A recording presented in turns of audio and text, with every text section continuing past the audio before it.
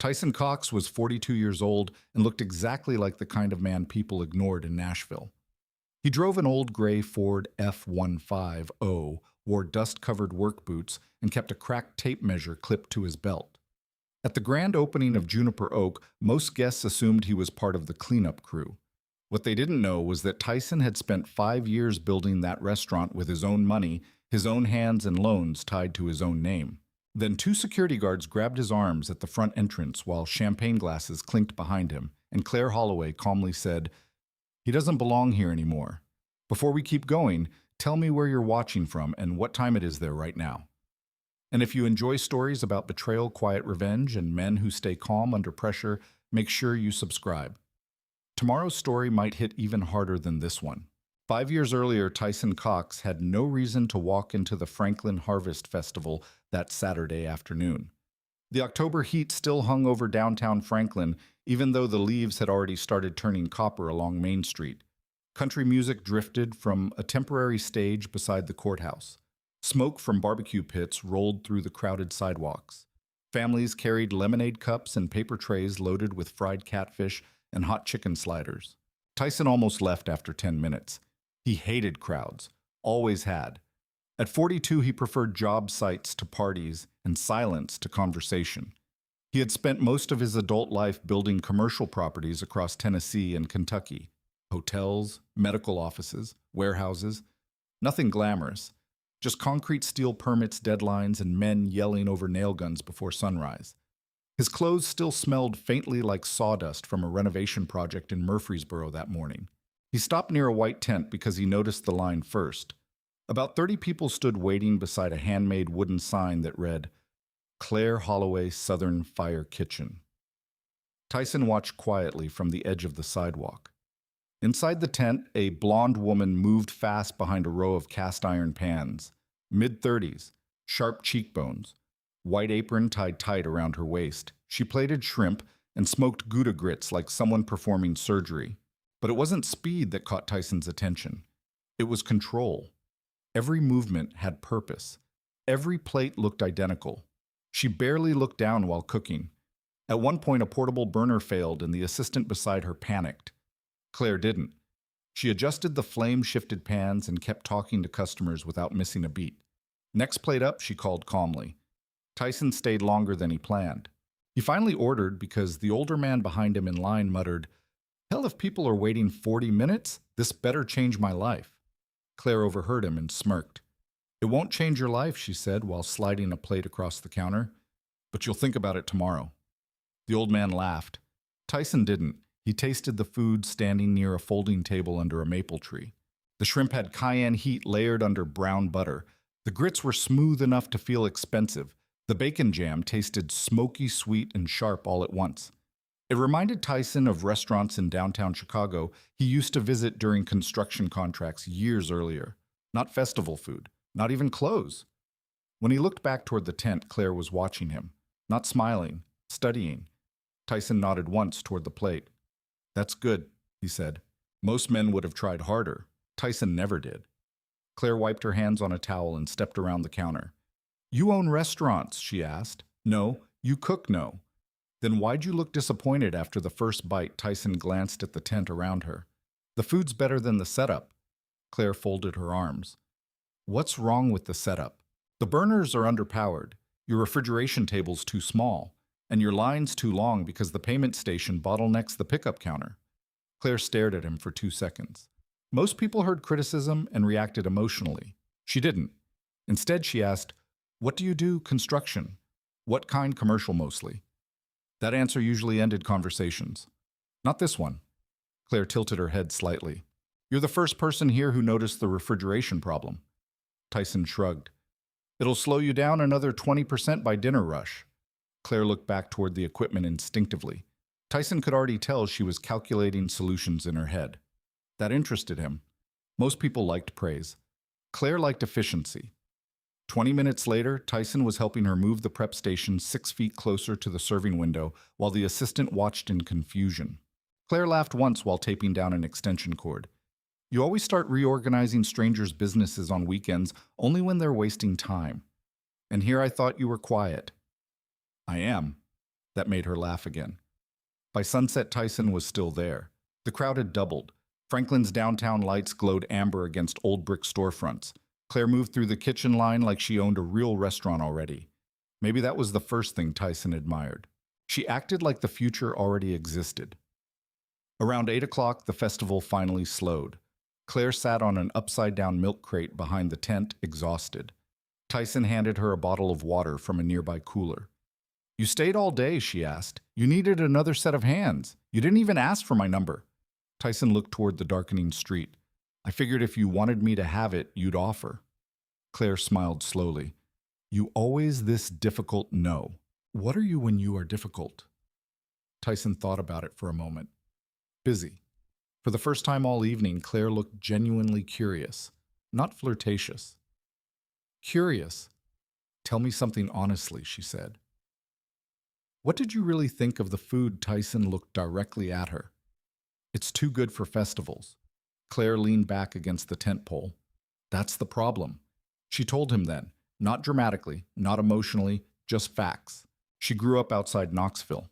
Single mother, cheap apartments, waitressing jobs since high school, culinary school in Louisville on loans she still hadn't paid off, 3 years working under abusive chefs in Atlanta, another 2 in Nashville. Now she wanted her own place. Not a trendy rooftop bar, not influencer food. A real southern restaurant. Heavy oak tables. Open kitchen. Handmade biscuits every morning. Smoked meats overnight. Local whiskey shelves. No fake luxury. "I already have the name," she said quietly. Tyson looked over. "What is it, Juniper Oak?" She said it like she could already see the sign hanging above a doorway somewhere. Tyson noticed something then. Claire talked about food differently than she talked about herself. Less polished. More honest. "Do you have investors?" Tyson asked. Claire laughed softly. "I can barely afford this tent." Tyson nodded once. Then he asked the question that changed both their lives. "Have you found a building yet?" Claire studied him carefully. "Why?" "Because I know Nashville zoning laws better than most lawyers." "That sounds incredibly boring." "It is, but useful. Usually." Claire stood and grabbed her phone from the prep table. "There's an old property near Germantown," she said. "Used to be a printing warehouse. Brick exterior. Owner wants too much for it." Tyson looked at the photo she pulled up. The building looked half dead. Broken side windows. Rust stains beneath gutters. Collapsing rear loading dock. But Tyson saw different things. Load-bearing walls. Ceiling height. Ventilation possibilities. Parking access. Potential. Claire watched his eyes scanning the image. "You're already redesigning it in your head, aren't you?" "A little. You haven't even seen the inside. Don't need to." Claire stared at him for a second longer than necessary. Then she smiled. Not the polished smile she used on customers. A smaller one. Private. "Come see it with me tomorrow," she said. Tyson should have said no. He had projects waiting Monday morning, payroll reports unfinished, subcontractors expecting calls. Instead, he looked once more at the broken warehouse photo, then at Claire. "All right," he said. The next afternoon, Tyson stood inside the abandoned Germantown building while dust drifted through broken skylights 40 feet overhead. The place smelled like wet brick and machine oil. Water stains spread across cracked concrete floors. Part of the ceiling had collapsed near the back hallway. Old printing equipment still sat rusting against one wall. Claire stood beside him in silence. Most people would have seen ruin. Tyson watched her staring into the empty space and realized she saw a future instead. Then Claire spoke softly into the darkness. "One day," she said, "people are going to wait months to eat here." Tyson looked around the dead warehouse one more time, and for the first time in years he believed someone. The first 6 months nearly destroyed Tyson Cox financially. The Germantown warehouse looked romantic in sunset light and impossible in daylight. The roof leaked in 17 places. Half the electrical system still used wiring from the late 1970s. The basement flooded every time it rained more than 2 inches. One exterior wall had shifted almost 3 inches off level over the years. The city inspector took one walk through the building and told Tyson quietly, "You'd save money burning it down." Tyson nodded once. Then he started rebuilding it anyway. Every morning began before sunrise. Tyson usually arrived at the property around 5:15 a.m., carrying black coffee in a steel thermos and blueprints rolled under one arm. The street outside stayed quiet that early, except for delivery trucks heading downtown and trains moving somewhere beyond the Cumberland River. Inside the building, the air smelled like wet brick dust and cut lumber. Tyson preferred it that way. Construction made sense to him because problems always had solutions. Expensive solutions sometimes, painful ones, but still solutions. People were harder. Claire arrived later each morning around 8, always moving fast, always talking about the future. While Tyson coordinated permits and demolition crews, Claire tested menu ideas using portable burners plugged into temporary outlets near the back wall. Sometimes Tyson would hear her arguing with food suppliers on the phone while carrying sheets of drywall through the hallway. Other times he would look up from plumbing plans and find her sketching table layouts across old invoices. They worked beside each other constantly, but differently. Claire built outward, Tyson built underneath. That difference mattered more than either of them realized. By month 8, Tyson had invested nearly $400,000 into the project. Some came from savings left over after selling part of his commercial construction company years earlier. Some came through personal credit lines. One loan was secured against a lake property he inherited from his father near Hendersonville. Claire knew he was helping financially. She did not know how much. Tyson never talked numbers unless necessary. He cared more about progress. One November night, Tyson stayed at the warehouse alone until nearly 2 a.m., replacing damaged copper lines after a subcontractor disappeared mid-project.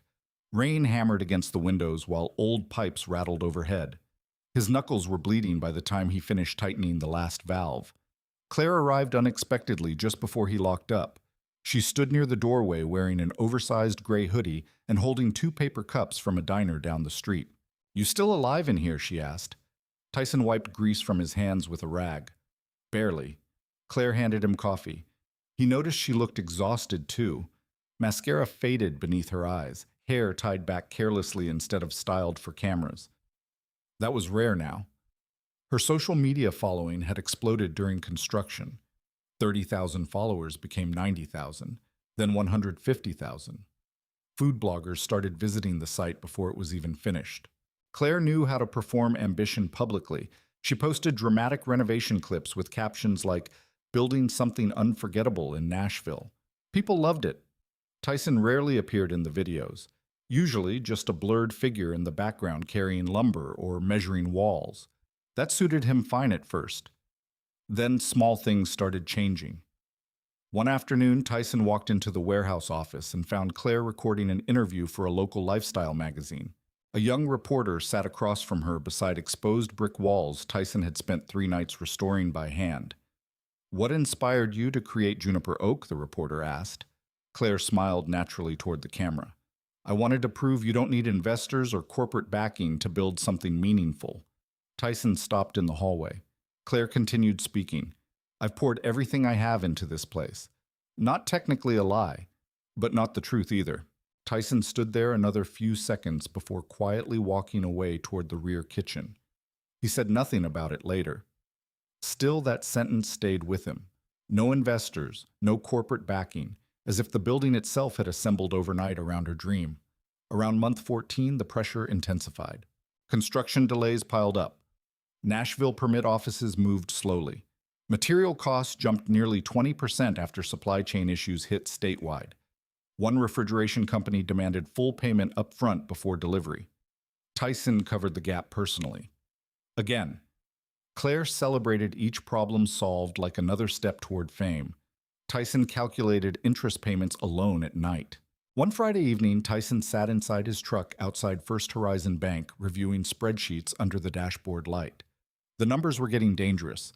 He had crossed $700,000 in total exposure between direct investment, personal guarantees, and outstanding invoices.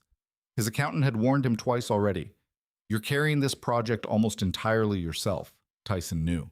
Still, every time he considered slowing down, he pictured Claire inside the unfinished dining room describing what the restaurant would become. And somehow, he kept going. Winter arrived hard that year. A pipe burst during a freeze in January and flooded the rear storage area ankle deep. Tyson spent 16 straight hours vacuuming water, replacing insulation, and preventing mold spread before inspectors arrived Monday morning. Claire posted polished tasting menu previews online that same weekend. The contrast grew quietly sharper. Tyson noticed. But he kept working, because the restaurant was becoming real now. The oak floors had finally been installed. Massive brass light fixtures hung over the main dining room. Custom leather booths arrived from North Carolina wrapped in plastic sheets. For the first time, Juniper Oak actually looked expensive.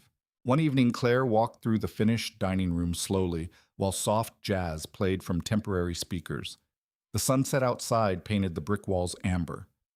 "This is exactly how I imagined it," she whispered.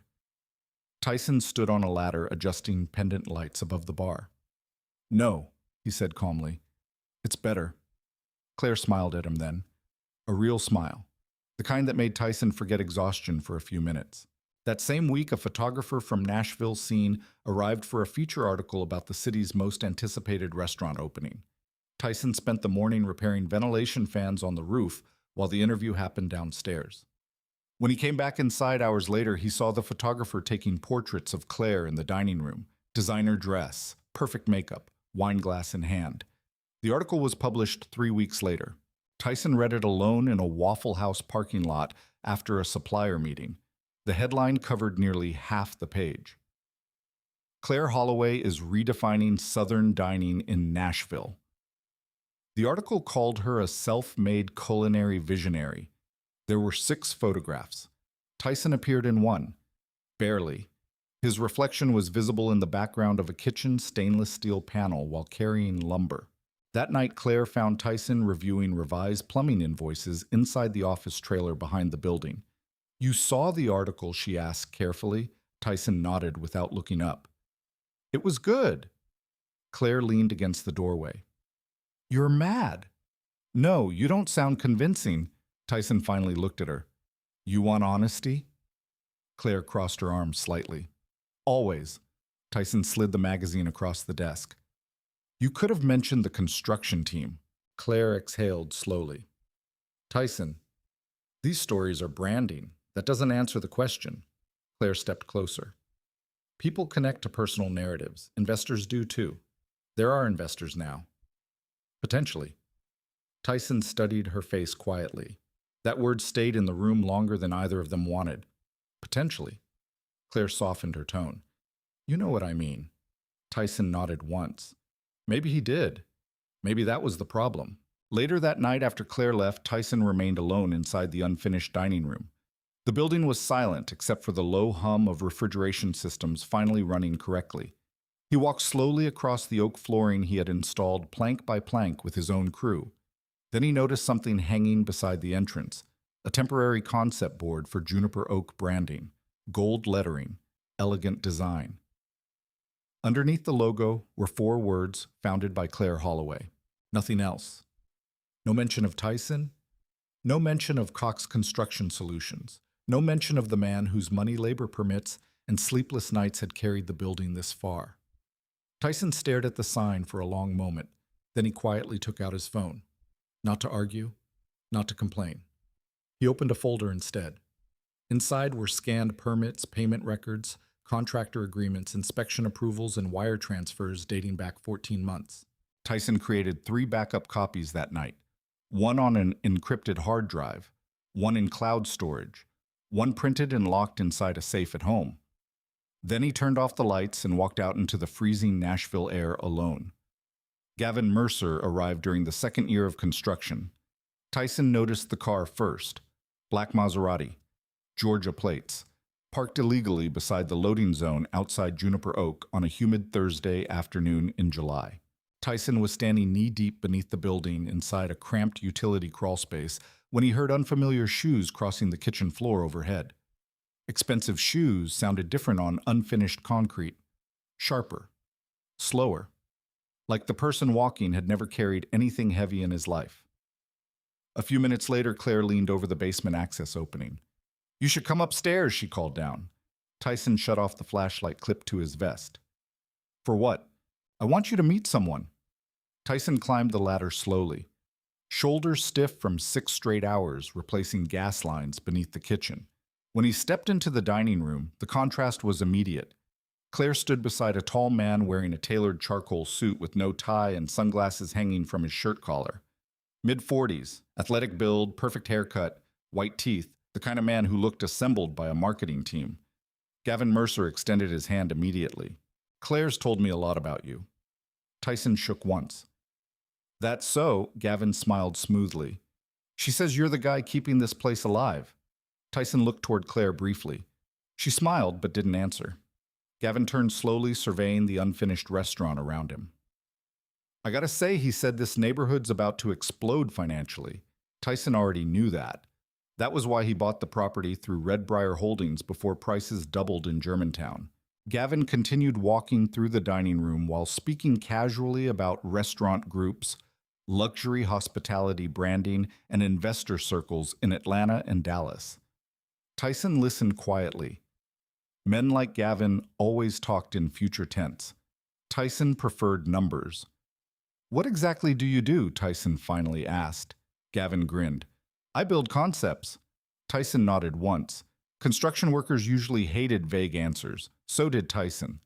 Claire stepped in quickly. "Gavin owns stakes in 3 restaurants in Atlanta." "4 now," Gavin corrected.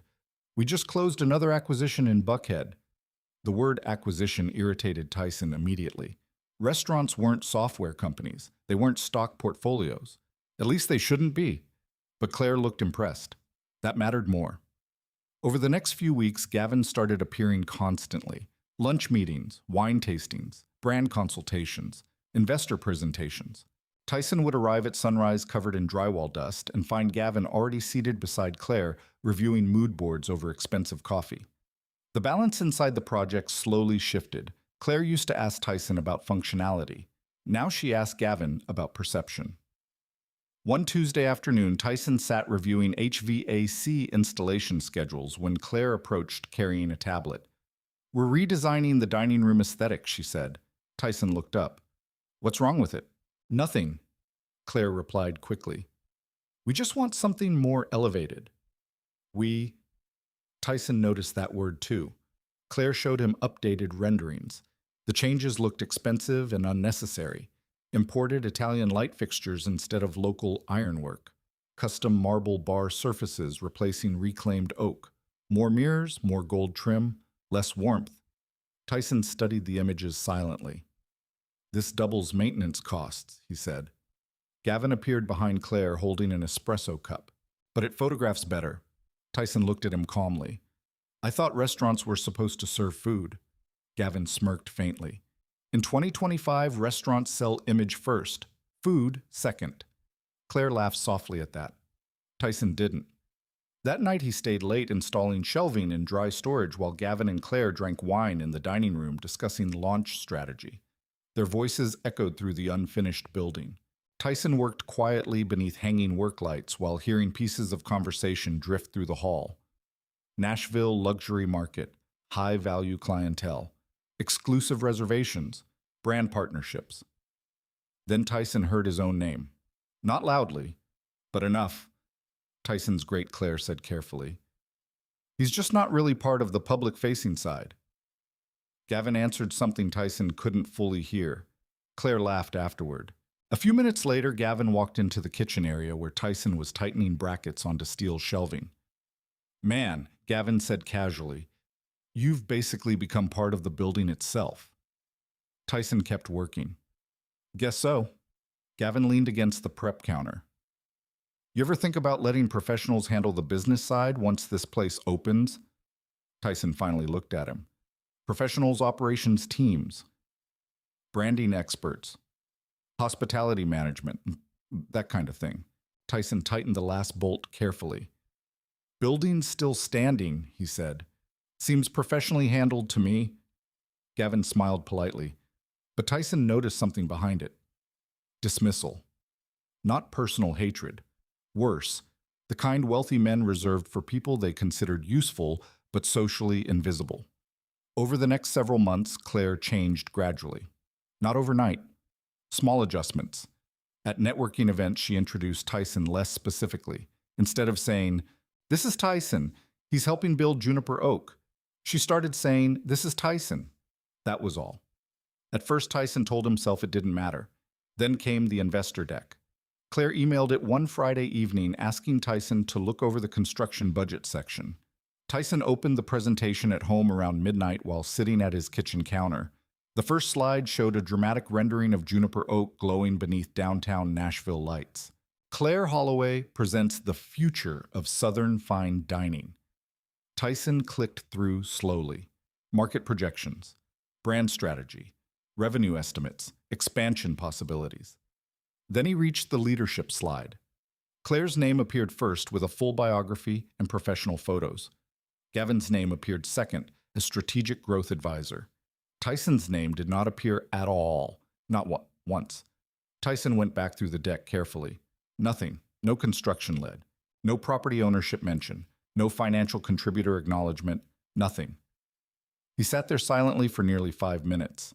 Then he closed the laptop. The next morning, he drove to Juniper Oak before sunrise. Claire arrived around 8 carrying coffee and talking on Bluetooth headphones. She smiled when she saw him. "You reviewed the deck, yes." And Tyson looked at her calmly. "You forgot my name." Claire stopped walking. It wasn't intentional. Then what was it? Claire removed the earpiece slowly. Tyson. Investors respond better to simplified structures. You mean cleaner stories? Claire hesitated. That's not fair. Tyson stared at her for a long moment. The strange part wasn't anger. It was recognition. He finally understood something important. Claire no longer saw Juniper Oak as a restaurant. She saw it as elevation, a doorway into rooms she wanted access to. And Tyson did not belong in those rooms. Claire softened her voice. You know how important you are to this project. That's not the same thing as saying it publicly. Claire crossed her arms. You really care about publicity now? No. Then what's the issue? Tyson looked around the half-finished restaurant, saw the walls he rebuilt, the floors he leveled, the kitchen systems he designed. Then he looked back at Claire. The issue is people usually hide things for a reason. Claire's expression hardened slightly. You're overthinking this. Maybe. But Tyson noticed something else after that conversation. Claire stopped discussing finances openly around him. Meetings happened without warning. New consultants appeared. Several invoices were routed through accounts Tyson had never seen before. One afternoon, Tyson received a call from a banker at Pinnacle Financial Partners regarding a loan restructure connected to Juniper Oak. The banker assumed Tyson already knew about it. He didn't. After the call ended, Tyson sat alone inside his truck staring through the windshield for several minutes. Humidity fogged the glass edges. Thunder rolled somewhere over East Nashville. He pulled open the project expense folder beside him and started reviewing documents carefully. Line by line, numbers first, then signatures, then ownership structures. For the first time since meeting Claire, Tyson stopped operating emotionally and started operating like a contractor protecting an investment. That evening, he stayed inside the office trailer long after the crews left. Outside, the skeleton glow of Juniper Oak reflected against wet pavement under construction lights. Tyson opened his laptop, created a new encrypted folder, then began copying every contract connected to the project. Permits, bank transfers, vendor agreements, insurance policies, LLC registrations, lease drafts, everything. Around midnight, Claire texted him, "You still working?" Tyson looked at the message for a few seconds, then typed back, "Always." The paperwork arrived on a Tuesday morning in a black leather folder. Claire placed it on Tyson's desk inside the temporary office trailer behind Juniper Oak while rain hammered against the metal roof overhead. "You mind signing these today?" she asked casually. Tyson looked up from a supplier invoice. "What are they?" "Just restructuring documents." That answer immediately irritated him. People who understood contracts never called them just paperwork. Tyson wiped dust from his hands and opened the folder slowly. The first pages looked routine enough. Updated vendor allocations, operating agreements, tax structure revisions. Then he reached page 14. His eyes stopped moving. The document transferred operational authority for Juniper Oak Hospitality Group entirely to Claire Holloway. Page 18 limited liability protections connected to future debt exposure. Page 22 reclassified several construction investments as voluntary contractor contributions instead of ownership-linked capital. Tyson read every line twice. The rain outside grew heavier.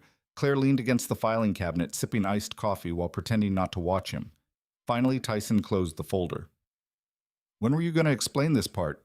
he asked calmly. Claire tilted her head slightly. "What part?" "The part where I lose legal control over everything." Claire exhaled softly. "Tyson, that's dramatic." "No. Dramatic is setting the building on fire. This is paperwork." Claire crossed her arms. "Gavin's attorneys recommended simplifying the ownership structure before launch."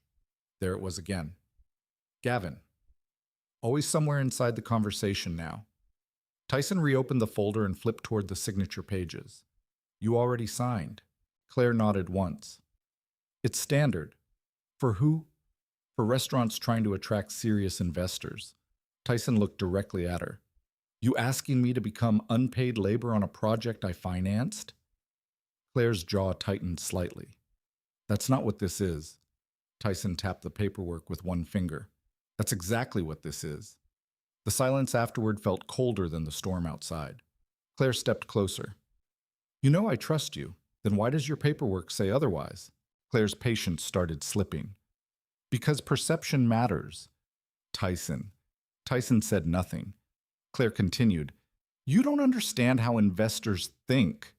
"No," Tyson replied quietly. "I understand exactly how they think." That was true. He had spent 20 years watching wealthy developers protect themselves behind contracts while smaller contractors absorbed risk. Tyson knew how money moved when things went wrong, and this paperwork was designed for things going wrong. Claire softened her voice again.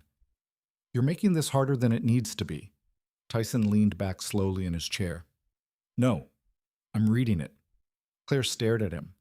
Then came the sentence Tyson would remember later more clearly than almost anything else. "You know I wouldn't screw you over." Most honest people never needed to say that out loud. Tyson closed the folder carefully. "I'll review it tonight." Claire frowned. "It needs to be submitted tomorrow morning. Then tomorrow morning's when you'll get an answer." For the first time since they met, visible frustration crossed her face. Not sadness, not guilt. Frustration, as if Tyson had become an obstacle instead of a partner. Claire grabbed the folder sharply. "Fine." Then she left the trailer without another word. Tyson sat motionless for several seconds after the door slammed shut. Rainwater slid slowly down the office window beside him. Outside workers continued unloading kitchen equipment from delivery trucks while thunder rolled over Germantown. Tyson looked back at the papers. Then he reached for his phone. 3 hours later, he sat inside a downtown Nashville law office overlooking Broadway. Rebecca Sloan entered the conference room carrying the black folder under one arm and reading glasses in the other hand. Mid-50s, sharp posture, gray suit, calm eyes. She had represented Tyson once before during a dispute involving a hotel developer in Chattanooga. Tyson trusted her because she never wasted words. Rebecca sat down, opened the folder, and began reading silently. Tyson waited. The office remained quiet except for distant traffic outside 16 floors below. After nearly 20 minutes, Rebecca finally removed her glasses. "Well," she said flatly, "this is aggressive." Tyson leaned back. "How bad?" Rebecca slid several pages toward him. "Very bad if you sign it." Tyson studied her expression carefully. She didn't look surprised. That bothered him. Rebecca tapped the operating agreement. "This language removes meaningful control protections from you while maintaining substantial financial exposure." In English, "You keep the risk. She keeps the power." Tyson nodded once. That matched his instincts exactly. Rebecca continued flipping through pages. They're also attempting to redefine prior contributions as non-equity support services. Tyson remained silent. Rebecca looked up. "Did you contribute capital personally?" "Yes." How much? Tyson gave her the number. Rebecca stopped writing for a moment. "Personally, yes." And the property, Tyson folded his hands together. "Purchased through Redbriar Holdings, LLC. Rebecca's eyes narrowed slightly with interest. She knows I bought the building." "That's not what I asked." Tyson understood immediately. "No." Claire did not fully understand the structure. Early in the project, Tyson had intentionally separated ownership layers for tax protection and liability management. The restaurant operating business sat separate from the property holding entity. Standard practice. At the time, he never imagined the distinction would matter personally.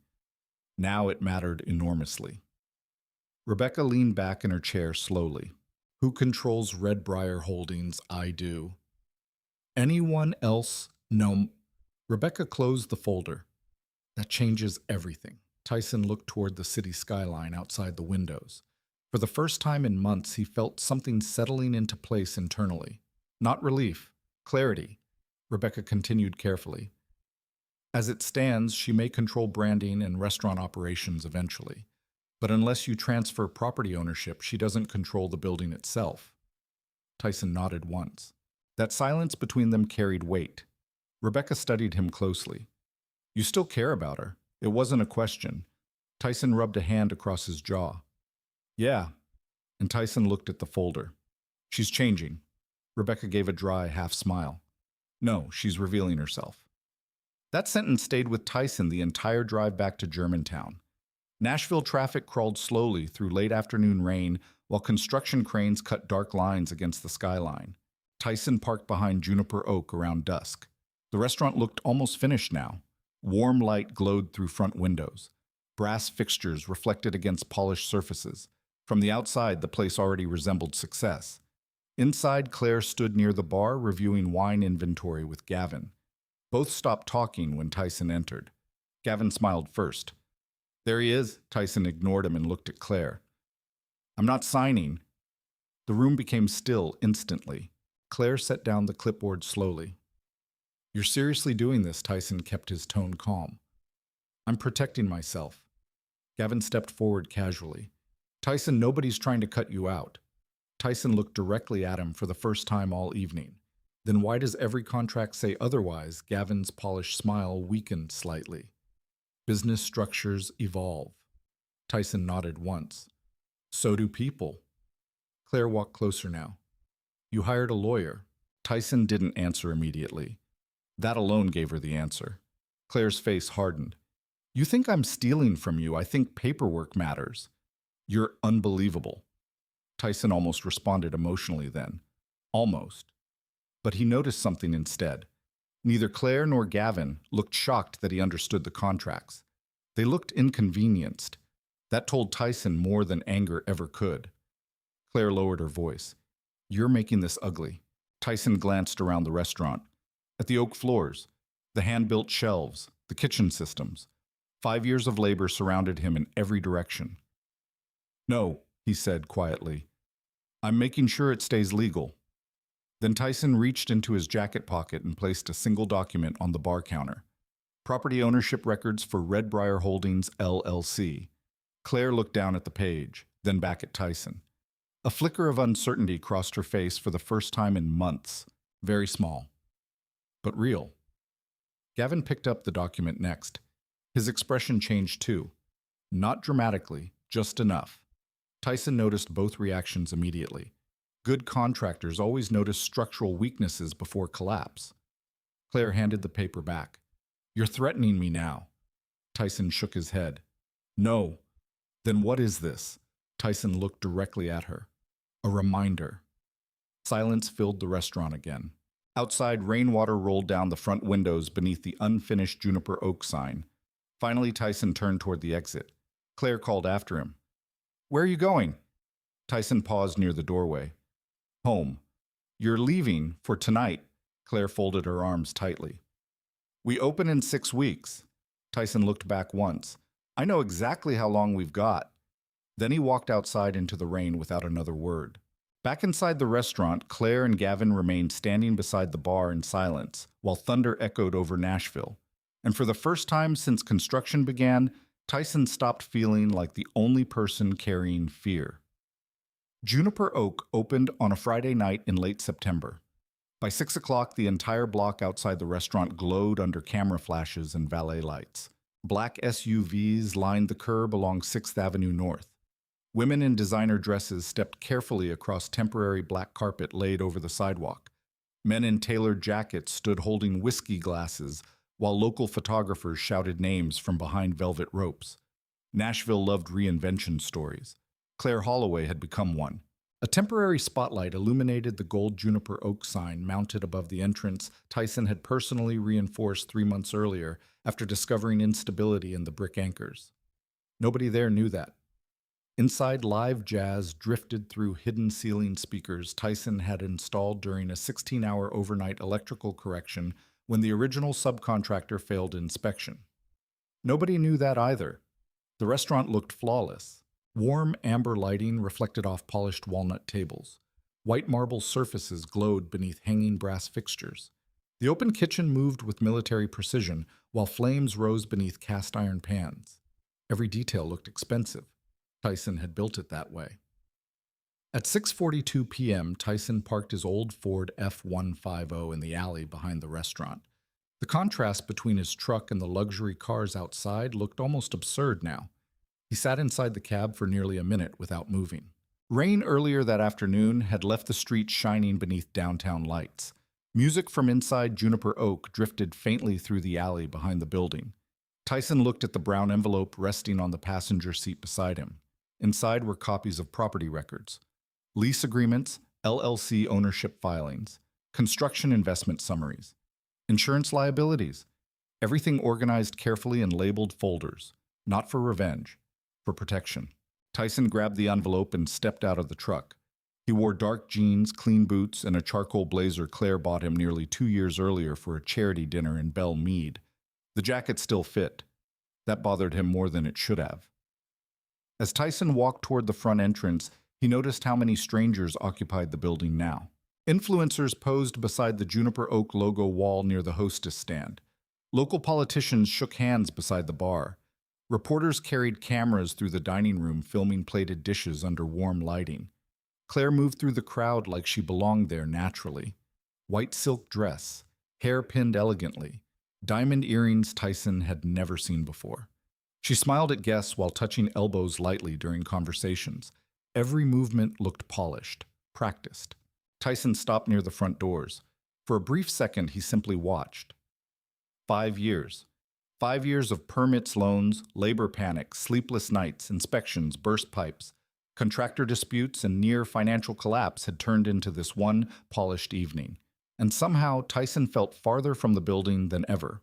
A young hostess approached him with a professional smile. Reservation name, Tyson Cox. The hostess looked confused immediately. She checked the tablet twice. "I'm sorry, sir.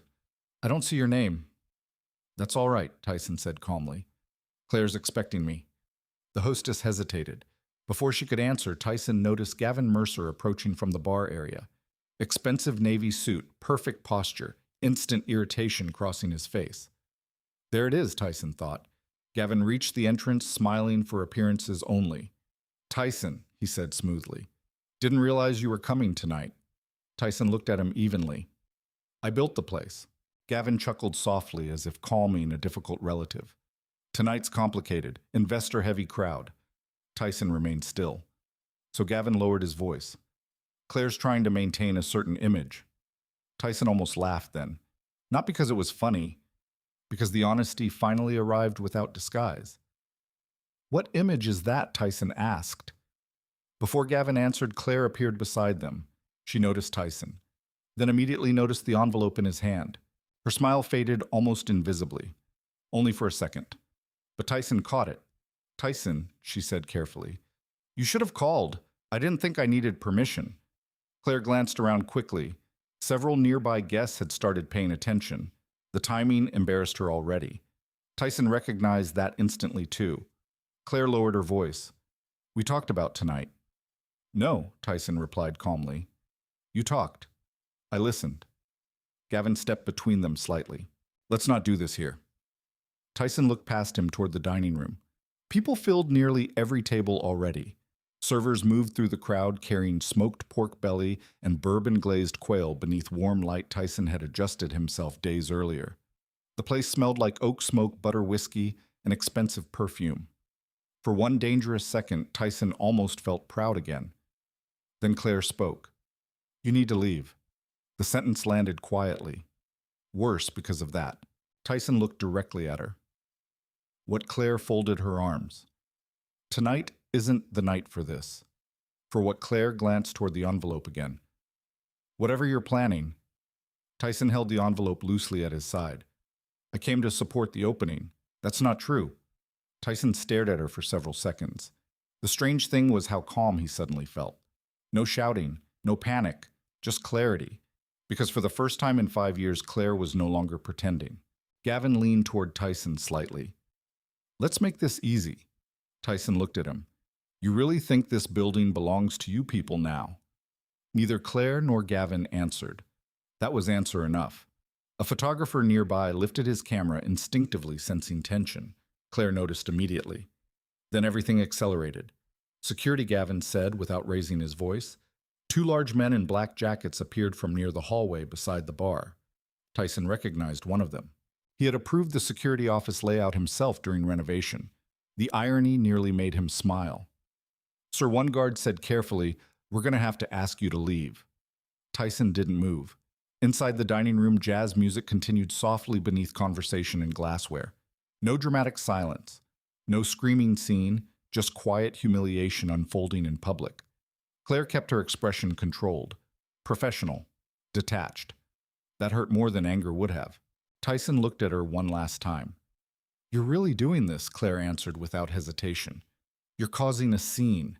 Tyson glanced around slowly. People watched from the bar now. A woman near the hostess stand whispered something while staring directly at him. 2 men in suits pretended not to watch while clearly listening. Gavin spoke again. Come on, Tyson, don't embarrass yourself. That sentence finally changed something, not emotionally, structurally, like the final crack spreading through concrete already weakened underneath. The security guard stepped closer. One placed a hand against Tyson's arm. Firm, professional. Tyson looked down at the hand briefly, then toward the dining room again. 5 years earlier, the building had been collapsing brick and standing water. Now strangers drank $1,200 bottles of bourbon beneath ceilings he rebuilt with his own hands. And the people standing inside believed he was the outsider. The guard tightened his grip slightly. Sir. Tyson slowly handed the brown envelope to the nearest hostess. She looked startled. Give this to Claire tomorrow morning, he said calmly. Claire's expression shifted for the first time. Not guilt. Concern. Small. Fast.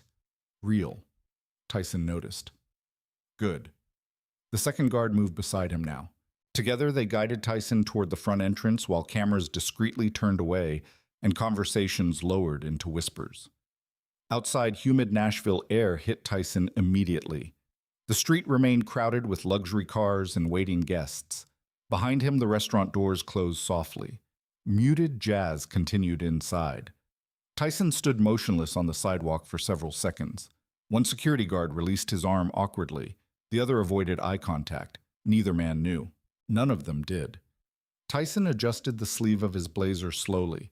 Then he looked once through the front window toward Claire standing beneath warm golden light inside Juniper Oak.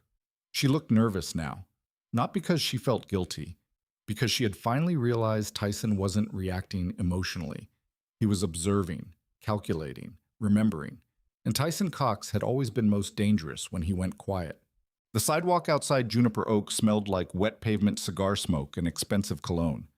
Traffic crawled slowly past the restaurant while guests continued arriving beneath glowing valet lights. Nobody stopped the evening. Nobody rushed outside dramatically. The world almost never paused for humiliation. Tyson Cox understood that better than most people. He stood near the curb with both hands relaxed at his sides while the security guards stepped back toward the entrance behind him. One of them cleared his throat awkwardly. Sorry, man. Tyson looked at him briefly. You were doing your job. The guard nodded once relieved Tyson wasn't angry. Then the man disappeared back inside. Tyson remained where he was. Across the street, 2 women wearing cocktail dresses pretended not to stare while whispering to each other. A black Escalade pulled up beside the curb and handed keys to valet attendants. Music drifted softly through the restaurant windows. Inside, life continued. That part stayed with Tyson more than being removed. Juniper Oak had already moved on without him before he even reached the sidewalk. A young couple approached the entrance laughing, then slowed slightly after noticing Tyson standing alone outside in a blazer with security still near the door. The man glanced at Tyson's old Ford truck parked farther down the block. The assumption happened instantly. Disgruntled contractor, jealous ex-boyfriend, drunk employee. People always filled silence with whatever story felt easiest. Tyson didn't correct anyone. He looked through the restaurant windows instead. Claire stood near the center dining room now beside a local television reporter. Her posture remained perfect. Chin slightly lifted, calm smile restored. Professional. Tyson noticed one thing immediately, though. Every few seconds, Claire glanced toward the entrance. Checking. Not for him. For damage. Gavin appeared beside her, carrying 2 champagne glasses. He leaned close, speaking near her ear while smiling toward guests. Claire nodded, but Tyson caught the tension in her shoulders, even through the glass. Good. Because now she understood something too. Tyson had left quietly. And quiet men with paperwork were harder to control than loud men with anger. A black sedan parked beside the curb near Tyson. A middle-aged man stepped out carrying a camera bag and press credentials clipped to his jacket pocket. The reporter paused after recognizing Tyson from the scene moments earlier. "You all right?" the man asked carefully. Tyson looked at the badge. Nashville Ledger. "Fine." The reporter studied him for another second. Then his eyes shifted toward the restaurant entrance. What happened? Tyson could have answered 100 different ways. He could have exposed Claire publicly right there on the sidewalk. Could have pulled documents from the envelope copies inside his truck. Could have started a loud public fight beneath cameras and flashing lights. Instead, Tyson simply said, "Misunderstanding." The reporter looked disappointed. Tyson almost respected that. Sensational stories paid bills. Still, the reporter didn't leave immediately. "You work for the restaurant." Tyson looked through the windows again. Something cold settled into place internally then. Not rage. Finality. "I built it," he said. The reporter blinked slightly. Before he could ask another question, Tyson turned and walked toward the alley. Behind him, Juniper Oak glowed against the Nashville night like a polished advertisement for success. But Tyson knew every weakness hidden beneath those walls. He reached his truck and climbed inside. The brown envelope was gone now, but duplicate copies remained in a locked case beneath the back seat. Tyson rested both hands on the steering wheel without starting the engine. His phone buzzed. Claire. He stared at the screen while the call rang out, then stopped. Another message appeared seconds later. "We need to talk privately." Tyson read it once. No apology, no explanation, just damage control. He locked the phone screen and set it face down. Rainwater still clung to the windshield from earlier storms. Neon reflections from downtown bars flickered across the glass in shifting colors. Tyson leaned back slowly against the seat. For the first time in years, he allowed himself to replay everything clearly. Not the good memories, the details. The contracts Claire stopped discussing openly. The investor meetings he was excluded from. The interviews where his name disappeared. The paperwork designed to erase ownership while keeping liability attached to him. The security guards tonight, not emotional decisions, strategic ones. Planned. That realization hurt differently. Tyson started the truck. The engine coughed twice before turning over fully. He drove 2 blocks before pulling into a nearly empty parking lot behind an old hardware store near Jefferson Street. Then he made the call. Rebecca Sloan answered on the second ring. "You left already?" she asked. Tyson stared through the windshield. "They had security remove me." Silence. Not shocked silence. Legal silence. Rebecca finally spoke carefully. In front of witnesses. "Yes." "Anyone recording?" "Probably." Rebecca exhaled slowly. "Did you react?" "No." "Good." Tyson rubbed a hand across his jaw. Inside the restaurant district several blocks away, police sirens echoed faintly through downtown traffic. Rebecca's voice remained calm. "Tell me exactly what happened." Tyson described everything in order. The entrance, Gavin, Claire telling him to leave, security touching him physically, the witnesses, the envelope. Rebecca interrupted only twice for specifics. When he finished the line, stayed quiet for several seconds. Then Rebecca asked one question. "Do you still want to protect her?" Tyson looked down at his rough hands resting against the steering wheel. 5 years earlier, Claire Holloway had stood inside a collapsing warehouse, describing a dream restaurant nobody else believed could exist. Tyson had believed her. More dangerously, he had trusted her. "I don't know," he answered honestly. Rebecca's tone hardened slightly. "You need to decide quickly." Tyson knew she was right, because once lawyers entered, fully emotions became liabilities. "Meet me tomorrow morning," Rebecca said. 8 o'clock. "All right." And Tyson, "Yeah, bring every document you have." The call ended. Tyson remained parked another 20 minutes. His phone buzzed 3 more times, Claire calling again. Then another text. "You embarrassed me tonight." Tyson stared at the message. "Not you hurt me, not we need to fix this, you embarrassed me." That sentence removed the last remaining uncertainty. Tyson deleted nothing. Instead, he took screenshots and archived every message into the encrypted project folder already stored across multiple drives. Construction had taught him something years ago. When buildings collapse, the people who survive are usually the ones who documented every warning sign early. Around midnight, Tyson finally drove home. His house sat outside Hendersonville near Old Hickory Lake. Quiet neighborhood, brick exterior, no luxury cars, no modern architecture magazine aesthetic, just solid construction. Tyson unlocked the front door and entered darkness. The silence inside felt strange after the noise of downtown. He loosened his blazer and walked directly toward the small office beside the kitchen. Metal filing cabinets lined one wall. Blueprints stacked neatly across shelves, hard drives organized in labeled containers. Tyson switched on the desk lamp. Warm yellow light filled the room. Then he began working. Not emotionally, methodically. He opened every folder connected to Juniper Oak. Construction invoices, vendor contracts, property acquisition records, bank loans, insurance policies, permit approvals, text messages, emails, photographs documenting each construction phase. Tyson organized everything chronologically, 3 separate backup copies, 1 encrypted digitally, 1 stored externally, 1 physical. Around 2:13 a.m., he paused while reviewing early financing documents and noticed something important, very important. A lease clause. Gavin's attorneys added 6 months earlier referenced occupancy rights tied specifically to compliance with property management approval. At the time, Tyson signed because the language appeared routine. Now it mattered, because Tyson himself controlled property management authority through Red Briar Holdings, which meant Claire and Gavin had removed the building owner from his own property during a public business event. Tyson leaned back slowly in his chair. For the first time that night, he almost smiled. Not because he enjoyed conflict, because facts were beginning to line up cleanly.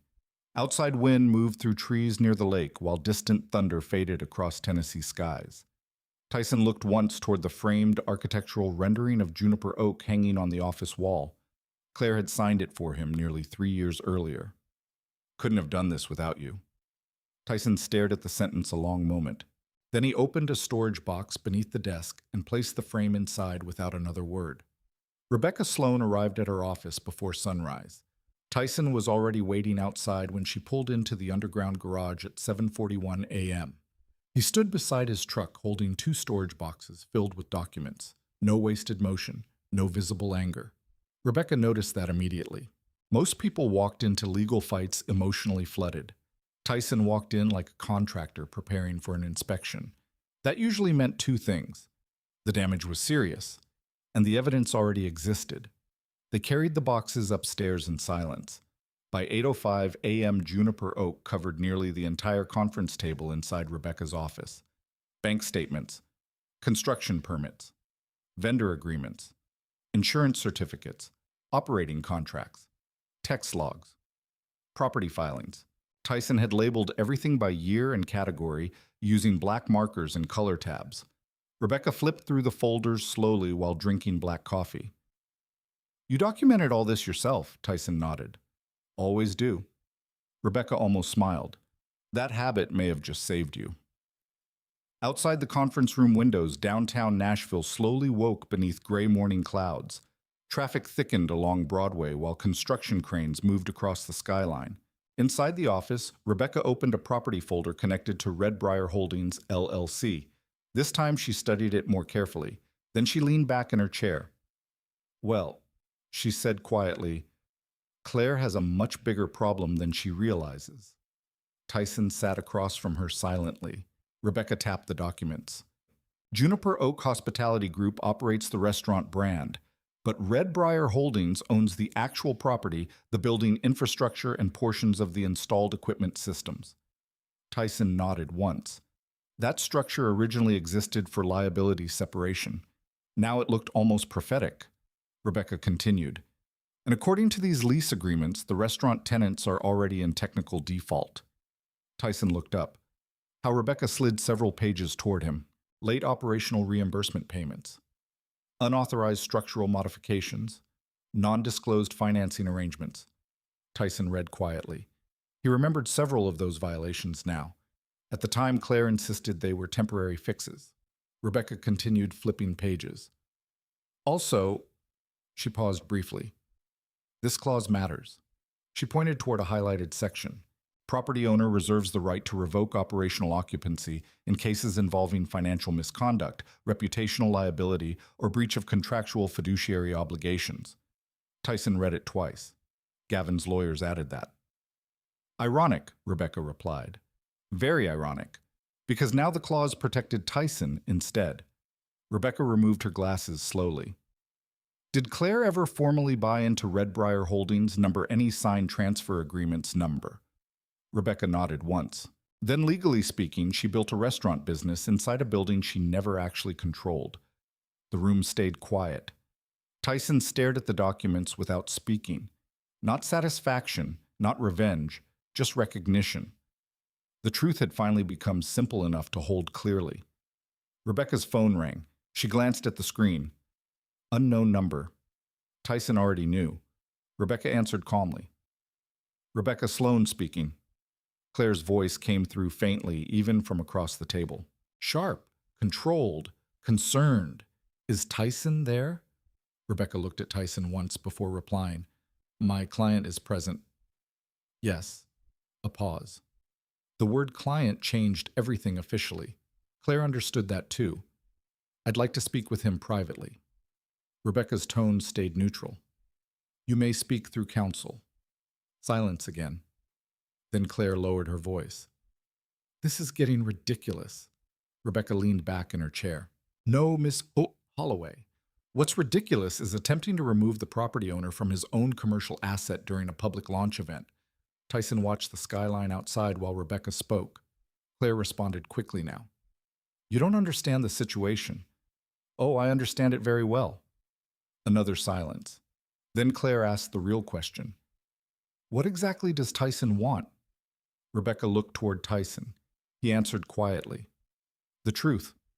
Rebecca repeated it into the phone. Claire laughed once under her breath. Not amusement, stress. Then she spoke carefully. Gavin says Tyson's overreacting because he's emotionally attached. Tyson finally looked back toward the phone. There it was. The strategy. Paint him emotional, unstable, possessive. Rebecca answered before Tyson could. My advice would be not to continue that narrative publicly. The call ended 30 seconds later. Rebecca placed the phone down slowly. She's scared. Tyson rubbed a hand across his jaw. Of losing the restaurant, Rebecca shook her head. No. Of losing the story. That distinction mattered, because Juniper Oak wasn't just business anymore. It was Claire's identity, self-made chef, independent founder, luxury Southern visionary. The problem was Tyson possessed documents capable of dismantling that narrative line by line. At 10:15 a.m., Rebecca filed the first notices electronically. Formal demand for financial disclosure. Preservation notice regarding surveillance footage and internal communications. Notification of potential lease breach investigation. And one more document Tyson hadn't expected. Notice of occupancy review. That'll get their attention, Rebecca said calmly. Tyson stared at the paperwork. What happens now? Rebecca closed the folder. Now they panic. She was right. Claire called 6 times before noon, Gavin twice. Tyson answered neither. By early afternoon, Juniper Oak's operations manager emailed requesting an urgent discussion regarding misunderstandings. Tyson archived the message. At 2:07 p.m., another email arrived from Claire directly. Short. No greeting. No apology. "You're hurting the restaurant." Tyson read the sentence twice, then closed the laptop. Not me. The restaurant. Still protecting the image first. Late that afternoon, Tyson drove downtown for the first time since the opening, not to confront anyone, to observe. Rain clouds hung low over Nashville again while traffic crawled through Germantown intersections. Tyson parked half a block from Juniper Oak and watched quietly from inside the truck. The restaurant looked different during daylight, less magical, more fragile. Employees moved nervously near the entrance. 2 delivery drivers argued beside the loading zone. A man Tyson recognized from wine distribution walked out, shaking his head while speaking angrily into his phone. Word was spreading already. Business communities always sensed instability fast. Tyson noticed another thing, too. Claire's new Range Rover sat crooked near the rear alley, recently purchased. Temporary tags still attached. Expensive. Tyson looked at it for several seconds, then opened one of the financial folders beside him. There it was. A recent operational transfer from Juniper Oak hospitality accounts large enough to cover exactly that kind of vehicle. Tyson leaned back slowly. Not illegal by itself, but reckless. Especially while vendor invoices remained unpaid. His phone buzzed again. This time, Rebecca. "I just received preliminary banking disclosures." Tyson straightened slightly. "And several expenses don't align with declared operational use." Tyson looked again toward the Range Rover behind the restaurant. "I think I just found one." Rebecca went quiet briefly. "Good. Keep documenting everything." Before hanging up, she added one more thing. "Oh, and Tyson. Yeah. Do not let them bait you emotionally now. That's their only leverage left." Tyson understood, because facts were starting to move faster than narratives. As evening settled over Nashville, Tyson remained parked across from Juniper Oak, watching staff prepare for dinner service. The building still looked beautiful. That part hurt. Not because he missed Claire specifically anymore, but because he remembered who she used to be before all this. Or maybe who he thought she was. Around 7 o'clock, Claire finally appeared outside the restaurant. No cameras now, no designer smile. She spotted Tyson's truck immediately across the street. For several seconds, she simply stood there beneath the glowing Juniper Oak sign. Then she crossed toward him, fast, angry. Tyson rolled the window halfway down as she approached. "What are you doing?" she demanded. "Watching. You're trying to intimidate me now." Tyson looked at her calmly. "No." Claire folded her arms tightly against the cold wind. "Then why are you here?" Tyson glanced toward the restaurant. "Making sure I remember what $700,000 looks like." That hit harder than yelling would have. Claire's expression changed immediately. Because money made everything real, not romance, not betrayal. Numbers. "You're seriously trying to destroy this place," she said quietly. Tyson held her gaze. "You already tried to erase me from it." Claire looked away first. Traffic lights reflected across the wet street between them while customers continued arriving for dinner service behind her. Finally, Claire spoke again. "You could have just talked to me." Tyson almost answered immediately, then stopped. Because that sentence itself was dishonest. He had tried talking. For months. She just preferred documents that removed him silently instead. Claire stepped back from the truck slowly. "This isn't over." Tyson nodded once. "I know." Then Claire turned and walked back toward Juniper Oak beneath the gold lights glowing over the entrance. Tyson watched her disappear inside the building he legally owned. And for the first time since opening night, he realized something important. Claire still believed this was a relationship fight. She had not yet understood it had become a records problem, and records were far less forgiving than emotions. By Monday morning, Nashville's restaurant industry had started whispering. Not publicly. Not yet. But quietly enough for the pressure to spread. Juniper Oak had opened only 3 days earlier, yet vendors were already calling suppliers asking strange questions about ownership disputes and delayed payments. In hospitality, rumors moved faster than delivery trucks. Tyson Cox watched it happen without saying a word publicly. That made people even more nervous. At 8:12 a.m., Rebecca Sloan forwarded Tyson a copy of the first formal response from Juniper Oak Hospitality Group. 23 pages. Aggressive tone. Heavy legal language. Minimal facts. Tyson read the document slowly at his kitchen counter while drinking black coffee. The response described him as an external contractor attempting to interfere with restaurant operations following a personal disagreement. Tyson almost smiled at the wording. External contractor. 5 years reduced to 2 words. Rebecca called while he was halfway through page 12. They're trying to frame this emotionally, she said immediately. I noticed. They're avoiding direct discussion of the property structure. Tyson looked again at the document. She was right. The response barely mentioned Red Briar Holdings at all, because they couldn't, not without acknowledging Tyson's control over the building itself. Rebecca continued, That tells me they still think public image can save them. Tyson walked toward the window overlooking the lake behind his house. Clouds rolled low across the water while morning wind bent the trees near the dock. What happens now? Rebecca paused briefly. Now we apply pressure through facts. By noon, she had done exactly that. Formal notice of lease default, demand for full accounting disclosure, request for reimbursement records tied to construction financing, and most importantly, a scheduled property compliance inspection. That one hit immediately. At 1:40 p.m., Tyson received a call from Juniper Oak's operations manager, a nervous man named Kyle Benton. Mr. Cox. Kyle said quickly, I think there's been some misunderstanding here.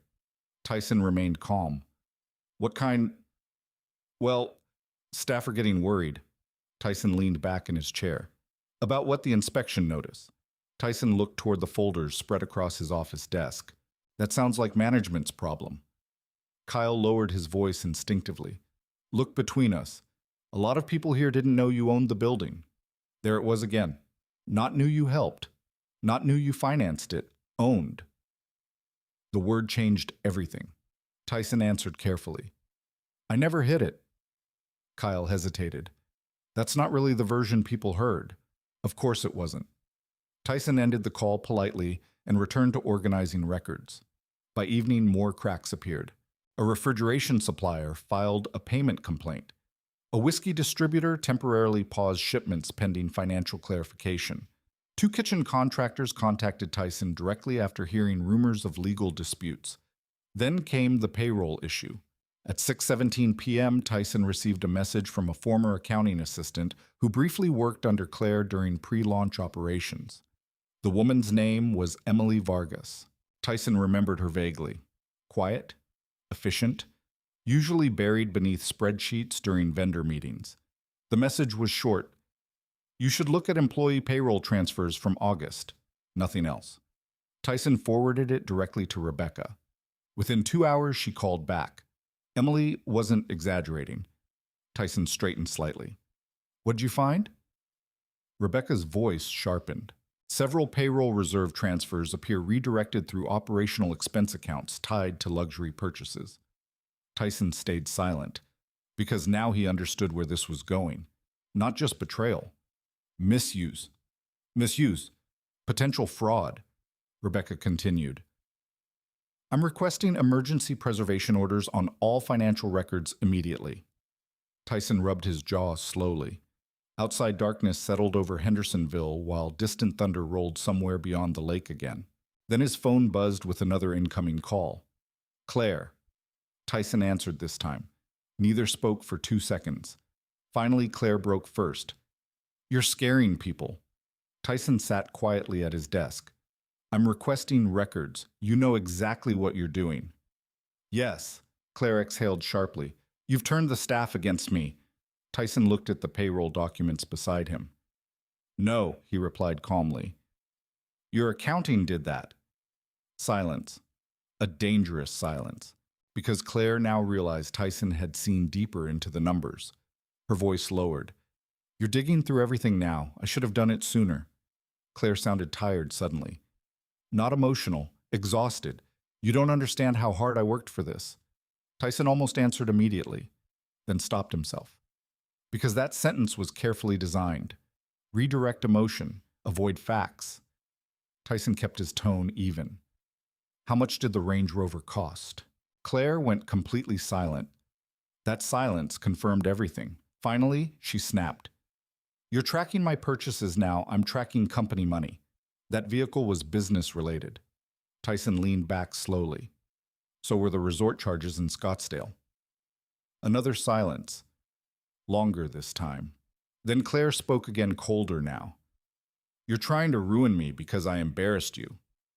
Tyson stared at the dark office window, reflecting his face back at him.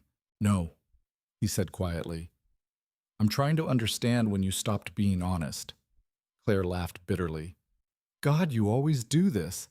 Do what act morally superior because you stay calm. Tyson almost responded emotionally then. Almost. Instead, he looked down at his hands.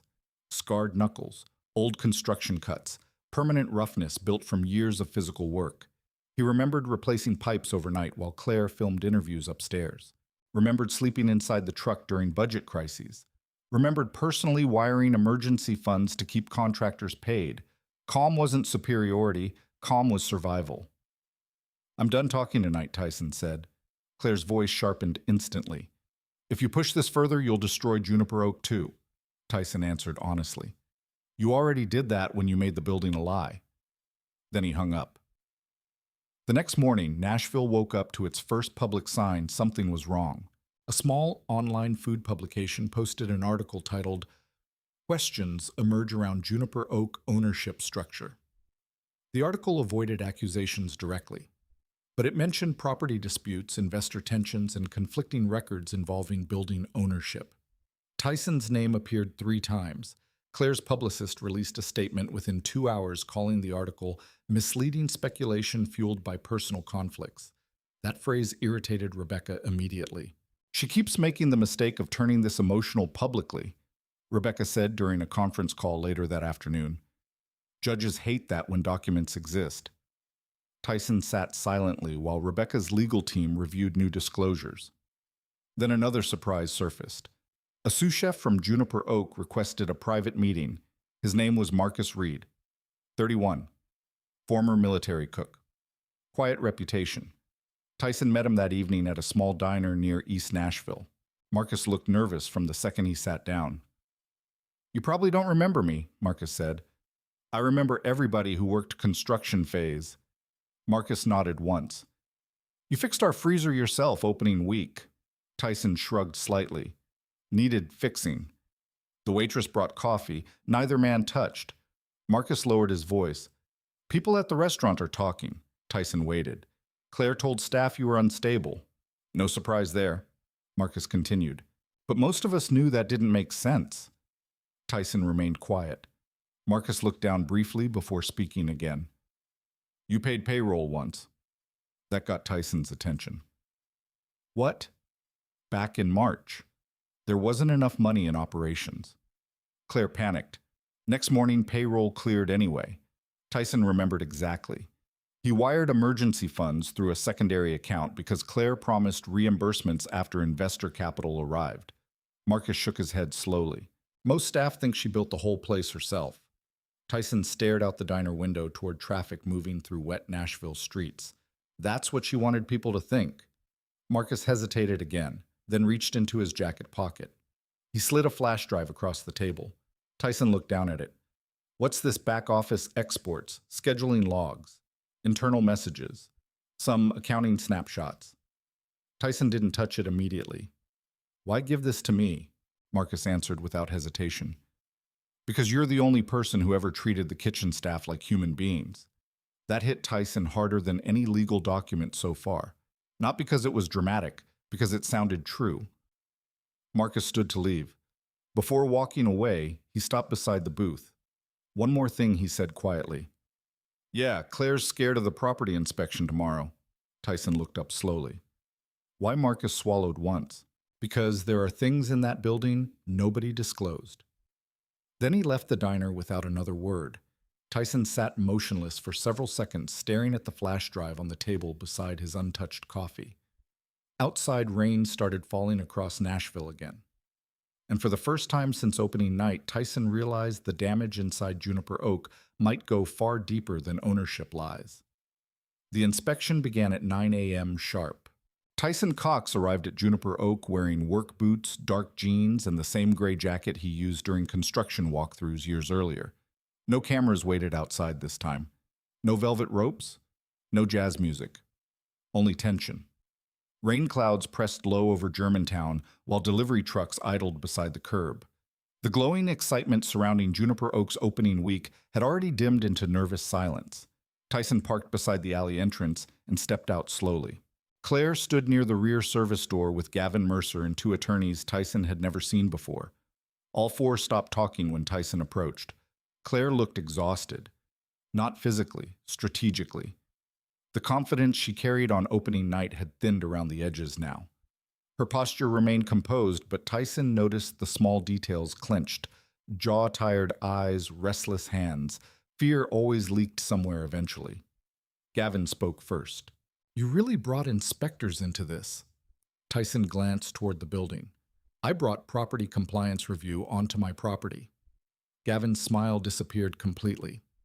One city inspector approached carrying a clipboard while Rebecca Sloan walked beside him reviewing paperwork. Rebecca nodded once toward Tyson. Everything was already in motion. Claire folded her arms tightly. "You're humiliating everyone who works here." Tyson looked at her calmly. "No. I'm verifying records." Claire stepped closer. "This could shut us down." Tyson answered quietly. "Then maybe somebody should have followed the lease." The inspectors entered through the kitchen first. Tyson followed silently beside Rebecca while Claire and Gavin trailed several steps behind. Inside, Juniper Oak looked different in daylight again. Less glamorous, more operational. Staff members moved carefully around the inspectors while pretending not to listen. Stainless steel surfaces reflected harsh morning light instead of soft evening gold. Marcus Reed stood near the prep station watching Tyson enter. He gave one almost invisible nod. Tyson noticed. The lead inspector, a stocky man named Harold Bennett, reviewed equipment documentation first. "Walk-in refrigeration permits?" Claire immediately looked toward the kitchen manager. The kitchen manager looked toward Tyson instinctively. That alone said enough. Tyson reached into a folder and handed over permit copies without speaking. Harold studied the paperwork. "Everything checks here." Claire exhaled softly. Too early. The inspection moved deeper. Fire suppression systems, electrical compliance, basement access, storage inventory. Tyson answered technical questions automatically because he personally supervised most installations. Every correct answer shifted the room slightly. Employees began realizing something uncomfortable. The quiet man Claire called just a contractor knew the building better than anyone present. At 10:17 a.m., the inspection reached the rear office. That was when things changed. Harold frowned while reviewing electrical routing maps. This room wasn't listed on the revised occupancy filings. Claire spoke quickly. "It's temporary storage." Harold looked around slowly. "No," he said. "Temporary storage doesn't get dedicated refrigeration lines and secured data locks." Tyson remained silent. Gavin stepped in smoothly. There were some late-stage operational modifications. Harold turned toward him. Approved by who, nobody answered immediately. Rebecca spoke next. "We requested all modification records 3 business days ago." Claire's expression hardened instantly. "This is ridiculous." Harold ignored her and opened the office storage cabinet. Inside sat multiple unopened electronics boxes, wine inventory records, and something else Tyson recognized immediately. Unregistered POS hardware. His stomach tightened slightly. Harold noticed, too. These terminals weren't declared. Gavin stepped forward again. "Those are backup systems." Harold looked unconvinced. Backup systems still require registration under occupancy compliance.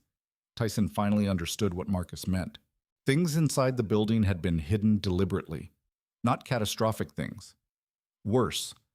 Quiet financial shortcuts, the kind that accumulated legal weight slowly. The inspection continued another 40 minutes. Then came the footage request. Rebecca requested preservation access to all surveillance recordings from opening night, including entrance security cameras. Claire reacted immediately. "That's unnecessary." Rebecca didn't even look at her. "Your client publicly removed the property owner from commercial premises during an active lease period." Gavin spoke carefully now. You're escalating this beyond reason. Rebecca finally turned toward him. No, your side already escalated it when security got involved. Tyson stood near the back hallway, listening quietly while kitchen staff pretended to focus on prep work nearby. Nobody was pretending very well anymore. Harold requested the surveillance archive directly from Juniper Oak's IT contractor. Claire looked trapped for the first time. Not angry, trapped. Because refusing access would look worse than compliance. At 11:32 a.m., the footage began downloading. The atmosphere inside the restaurant shifted completely after that. Nobody spoke casually anymore. Even Gavin stopped performing confidence. Tyson stood near the rear kitchen doors while Rebecca reviewed preliminary accounting discrepancies with another compliance officer. Then his phone buzzed. Unknown number. He answered. Mr. Cox. Yes, this is Daniel Hayes with Channel 5 Investigates. Tyson closed his eyes briefly. Here it comes. Daniel continued. We're hearing there's an ownership dispute involving Juniper Oak. Tyson looked across the kitchen toward Claire, speaking urgently with her attorneys. Who told you that? A lot of people. Of course. Restaurants leaked information faster than politics. Tyson answered carefully. I'm not giving interviews. Were you removed from the property during opening night? Tyson remained silent too long. That silence answered enough. Daniel lowered his voice slightly. People are recording pieces of the story already, Mr. Cox. If you don't speak eventually, someone else will shape it for you. Tyson looked again toward Claire. 5 years ago, she stood inside an abandoned warehouse describing a dream. Now attorneys surrounded her beside hidden financial records and surveillance preservation notices. I'll think about it, Tyson said. Then he hung up. At noon, the surveillance footage finally loaded. Everyone gathered inside the rear office. Claire stood stiff beside Gavin while Rebecca connected the video archive onto a monitor. Tyson remained near the doorway. The footage began playing silently. Opening night. Warm lighting, guests arriving, champagne trays moving through crowds. Then Tyson appeared near the front entrance holding the brown envelope. The camera angle captured everything clearly. Claire speaking to him, Gavin stepping between them, security approaching. Then the key moment. Audio quality was weak, but still understandable. Gavin's voice, he's useless now. The room went completely still. Tyson watched Claire's face carefully. Not shame. Calculation. She was already measuring damage. The footage continued. Claire telling security, he's not part of this anymore. Then Tyson being physically escorted outside. Harold Bennett looked away from the monitor slowly. That's your building owner. Nobody answered. Rebecca paused the video, then rewound another section. A smaller detail appeared. Gavin speaking privately with one of the attorneys before Tyson arrived earlier that evening. The audio sharpened briefly near the microphone. Once he signs off, he has no leverage left anyway. Tyson felt something settle coldly into place inside him. Not surprise. Confirmation. Rebecca looked toward Tyson once. No words needed. Now there was evidence beyond contracts. Intent. Claire finally broke the silence. You're twisting context. Rebecca folded her arms calmly, then explained the context. Claire opened her mouth, stopped, because there wasn't a version of the footage that helped her anymore. Gavin stepped forward aggressively. This proves nothing legally. Rebecca almost smiled. No, she replied, but it proves awareness. The distinction mattered enormously. Tyson watched Claire carefully again. She looked smaller now somehow. Not physically, structurally, like the polished public version of her was beginning to collapse under documented reality. Outside the office, whispers spread through the kitchen staff. People already knew something serious had happened. Marcus Reed stood near the prep counter watching quietly. So did several servers. The narrative was changing in real time.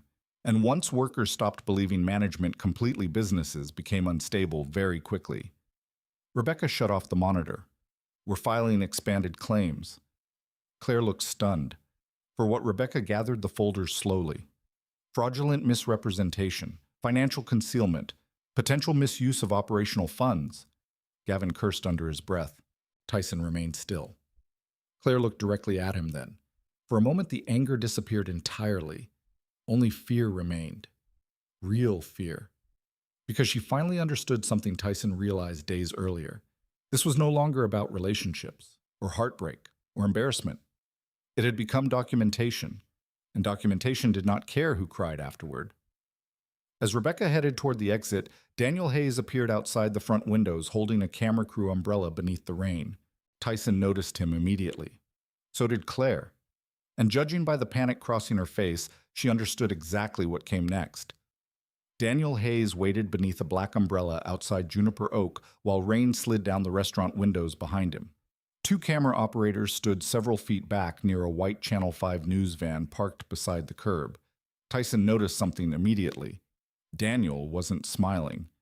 Most reporters smiled too much when they smelled public collapse. Daniel looked focused instead. That mattered. Rebecca Sloan stepped beside Tyson near the entrance. "You don't owe anybody a statement," she said quietly. Tyson looked toward the news crew through the rain. "I know. Then don't let pride make decisions." Tyson almost answered immediately. But pride wasn't the problem anymore. The problem was silence, because Claire and Gavin already understood something dangerous. If Tyson refused to speak publicly, they could keep shaping him into whatever version protected them best. Unstable, obsessive, disgruntled, emotional. Tyson hated public attention. But he hated lies more. Daniel noticed Tyson approaching and lowered the umbrella slightly. "Mr. Cox." Tyson stopped 3 feet away. "Daniel." The reporter blinked once. "You remembered my name. You called yesterday." Rain tapped softly against parked cars around them, while downtown traffic hissed through wet Nashville streets. Daniel gestured toward a nearby coffee shop across the block. "We can talk privately." Rebecca looked at Tyson carefully. Tyson nodded once. 20 minutes later, they sat inside a nearly empty diner-style cafe overlooking Germantown Avenue. The lunch crowd hadn't arrived yet. Country music played softly from ceiling speakers while coffee steamed between them at the booth. Daniel placed a recorder on the table but didn't switch it on immediately. "That's your choice," he said. Tyson appreciated that. Most reporters recorded first and explained later. Tyson looked out the window briefly toward Juniper Oak glowing through rain across the street. Then he said, "Go ahead." Daniel switched on the recorder. "What exactly is your relationship to Juniper Oak?" Tyson answered without hesitation. "I built it, not emotionally, factually." Daniel waited for more. Tyson continued calmly. "I purchased the property through Redbriar Holdings, LLC 5 years ago. I financed portions of the construction personally. I managed permits, contractors, inspections, infrastructure installation, and operational setup." Daniel stared at him for a moment. "That's significantly different from the public narrative." "Yes." "Why stay invisible so long?" Tyson rubbed a thumb slowly against the coffee cup. "Because he loved her," almost came out first. Instead, he answered honestly, "Because I thought the restaurant mattered more than credit." Daniel wrote something down immediately. What changed? Tyson looked back toward the rain-covered windows of Juniper Oak. "I realized invisibility becomes dangerous when someone starts rewriting ownership." That line stayed hanging between them. Daniel leaned forward slightly. "Were you removed from the restaurant during opening night?"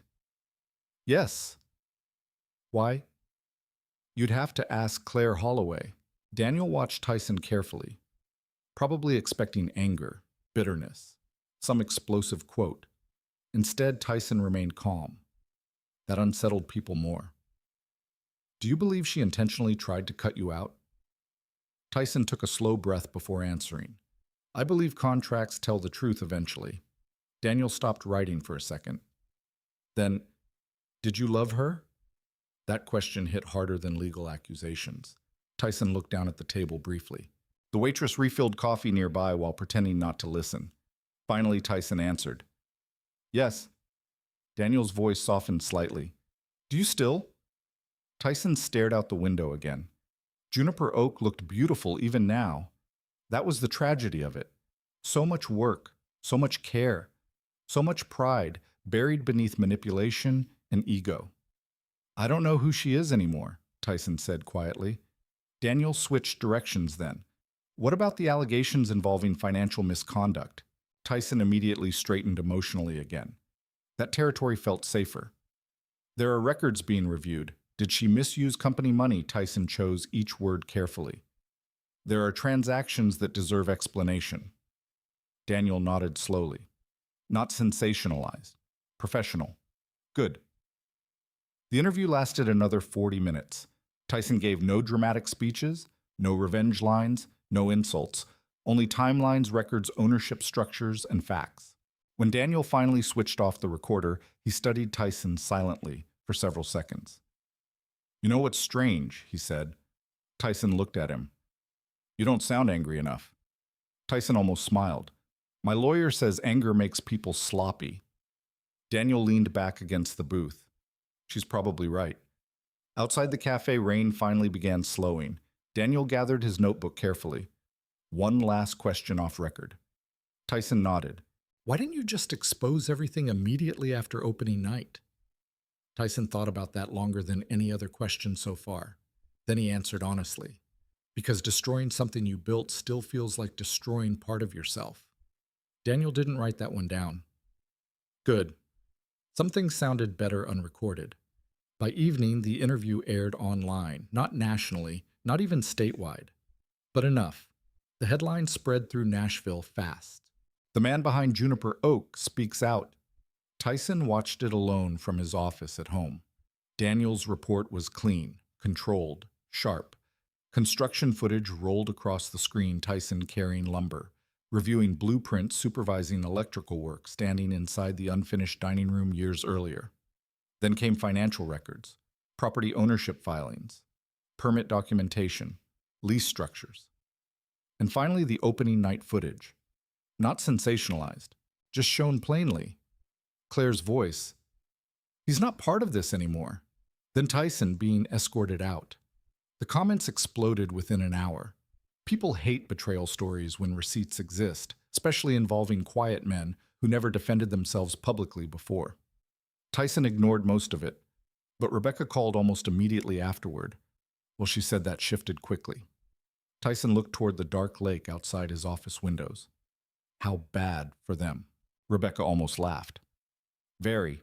She began listing consequences already unfolding.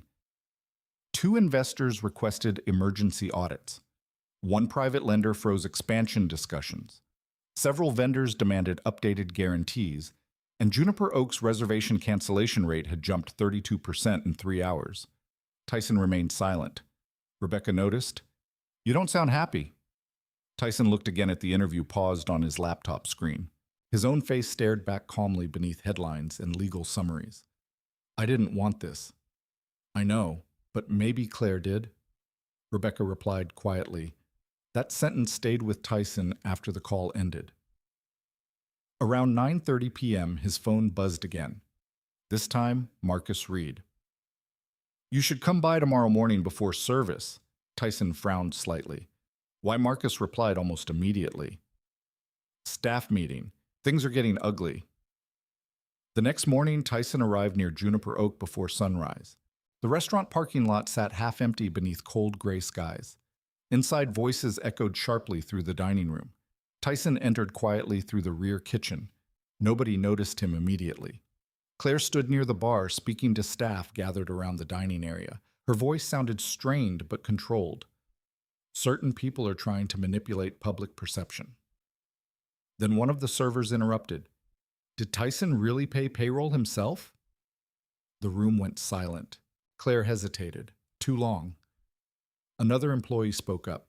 Did he own the building this whole time? Claire's jaw tightened visibly. You don't understand the full business structure. Marcus leaned against the prep counter, silently watching. A hostess folded her arms. So the news report was true. Claire looked exhausted suddenly. Not glamorous anymore, not polished, just cornered. Then Tyson stepped forward from the hallway. Every employee turned instantly. Claire froze. The silence that followed felt heavy enough to crack glass. Tyson looked around slowly at the staff. He recognized nearly all of them. Some he hired personally during construction phases. Others he fed during overnight prep rehearsals before opening. People he had quietly protected without needing credit. One dishwasher spoke first. You really built this place, Tyson answered simply. Yes. No performance. No speech. Just truth. Claire stepped toward him immediately. You shouldn't be here. Tyson looked at her calmly. I own the building. Several employees exchanged shocked looks instantly. Even now, some still hadn't fully believed it. Claire lowered her voice sharply. You're making this worse. Tyson glanced around the room. No, he said quietly. The lies did that already. Nobody moved. Nobody defended Claire either. That silence hurt her more than accusations would have. Marcus finally stepped forward, holding printed payroll summaries in one hand. You want to explain these too? Claire's face lost color immediately. Tyson noticed that before anyone else. And in that exact moment, he understood something dangerous. The employees weren't afraid anymore, which meant control inside Juniper Oak was beginning to collapse from the inside out. The courtroom smelled like old paper coffee and rain-soaked wool coats. Tyson Cox sat quietly beside Rebecca Sloan at the front table inside Davidson County Chancery Court while people filtered into the gallery behind them. No cameras were allowed inside. Still, reporters filled nearly every bench. Juniper Oak had become Nashville's favorite collapse story. Celebrity chef, luxury restaurant, hidden owner, public betrayal. People loved watching beautiful things crack apart. Tyson hated that part of it. Outside the courthouse windows, gray November rain blurred the city skyline, while attorneys organized folders across long wooden tables. Claire Holloway entered at 9:12 a.m. She looked nothing like opening night anymore.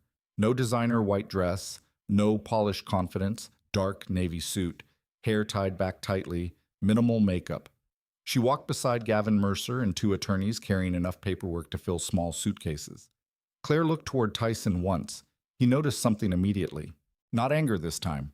Exhaustion. Gavin still tried performing confidence, but Tyson recognized the strain beneath it now, too. Men like Gavin always looked powerful until paperwork forced specificity.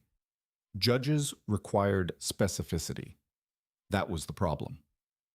At exactly 9:30, Chancellor Elaine Whitmore entered the courtroom. Everyone stood. The hearing began immediately. Rebecca moved first. Clear voice, calm pacing, no dramatic performance. Tyson listened while she built the timeline piece by piece. Property acquisition through Redbriar Holdings, LLC. Construction financing records. Personal guarantees, infrastructure contracts, operational reimbursements, lease agreements. Then came the numbers. Rebecca projected spreadsheets onto courtroom monitors. $742,000 in direct and indirect exposure connected personally to Tyson Cox. The room shifted slightly at that figure. Several reporters started writing faster immediately. Claire's attorneys objected twice during the presentation. Judge Whitmore overruled both. Rebecca continued. Then she displayed the ownership structure diagram. That changed the atmosphere completely, because suddenly the case became visually simple enough for everyone to understand. Juniper Oak Hospitality Group operated the restaurant brand. Redbriar Holdings owned the building itself, controlled solely by Tyson Cox. Judge Whitmore adjusted her glasses slowly while reviewing the documents. Ms. Sloan, she said to clarify. The defendant removed the controlling property owner from commercial premises under active lease, yes, Your Honor. Claire's lead attorney stood immediately. The situation was interpersonal and emotionally charged. Judge Whitmore interrupted without raising her voice. I did not ask about emotions. The courtroom went still. Tyson noticed Claire lower her eyes briefly. Rebecca approached the next issue carefully. The defendants additionally attempted contractual restructuring designed to eliminate Mr. Cox's operational protections while retaining substantial financial exposure tied to his existing guarantees. She handed copies to the court clerk. Judge Whitmore reviewed several highlighted sections silently. Then came the surveillance footage. Tyson watched Claire tense immediately beside her attorneys. The courtroom monitors displayed opening night again. No dramatic music, no editing, just raw security footage. Tyson entering calmly, Claire confronting him, Gavin speaking, security approaching. Then Claire's voice. He's not part of this anymore. The footage stopped there. Judge Whitmore looked toward Claire's legal team. Did your clients dispute the property ownership at the time this occurred? Claire's attorney hesitated. That hesitation lasted too long. No, Your Honor. Another shift moved through the courtroom. Tyson remained completely still beside Rebecca. That mattered. Because Claire's attorneys kept waiting for emotional instability from him. They needed him angry. Instead, he looked like a contractor reviewing damage estimates. Rebecca then introduced the financial disclosures. That part hurt Claire visibly. Payroll irregularities, undisclosed expense transfers, vehicle purchases tied to operational accounts, luxury travel expenditures during vendor delinquency periods. Nothing individually catastrophic, together dangerous. Claire finally spoke directly for the first time. I intended to reimburse those expenses. Judge Whitmore looked up. With what funds? Claire opened her mouth, stopped, because there wasn't a good answer. Tyson watched carefully from across the courtroom. He remembered nights Claire sat exhausted on upside-down milk crates inside the unfinished warehouse, talking about honest food and hard work. That woman felt very far away now. Gavin's attorneys tried redirecting the narrative again. They painted Tyson as emotionally possessive, resentful after relationship breakdown, unable to accept Claire's independence and public success. Rebecca let them finish. Then she stood calmly and projected another image onto the courtroom monitors. A permit application, signed by Tyson Cox. Then another. Bank transfer records, insurance liabilities, structural engineering approvals, tax filings, electrical certifications, dozens of documents, all tied directly to Tyson over 5 years. The narrative collapsed quietly after that, not dramatically, structurally, like beams failing underneath too much weight. Judge Whitmore noticed too. She leaned forward slightly. Counsel, she said to Claire's attorneys, your argument continues describing Mr. Cox as an external contractor. Yes, Your Honor. The judge lifted one of the binders slowly. These records describe something significantly more substantial. Nobody answered, because there was nothing left to say. Then came Gavin Mercer's testimony.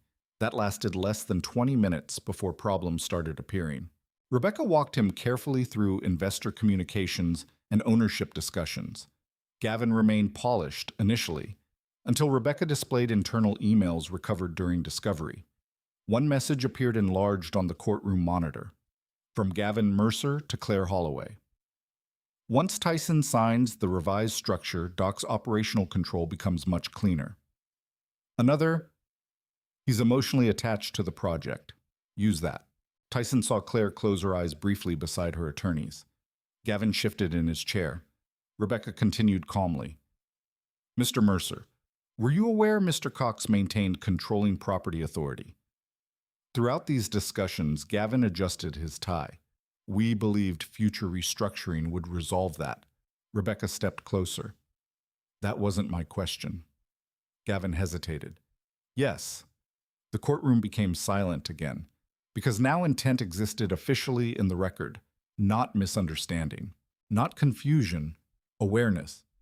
Judge Whitmore looked increasingly unimpressed. Then Rebecca introduced the payroll issue. Marcus Reed testified briefly regarding delayed payroll periods and Tyson's emergency financial intervention months before opening. Marcus spoke simply. No embellishment. Staff got paid because Tyson wired money personally. Claire stared at the table during most of his testimony. Tyson noticed her hands trembling slightly for the first time. Not from sadness, from collapse. The version of herself she built publicly was disintegrating under documents and witnesses faster than she could repair it. By late afternoon, the courtroom felt exhausted. Stacks of binders covered nearly every table. Reporters whispered constantly. Even Claire's attorneys looked strained now. Then Judge Whitmore delivered preliminary rulings. The courtroom became completely still.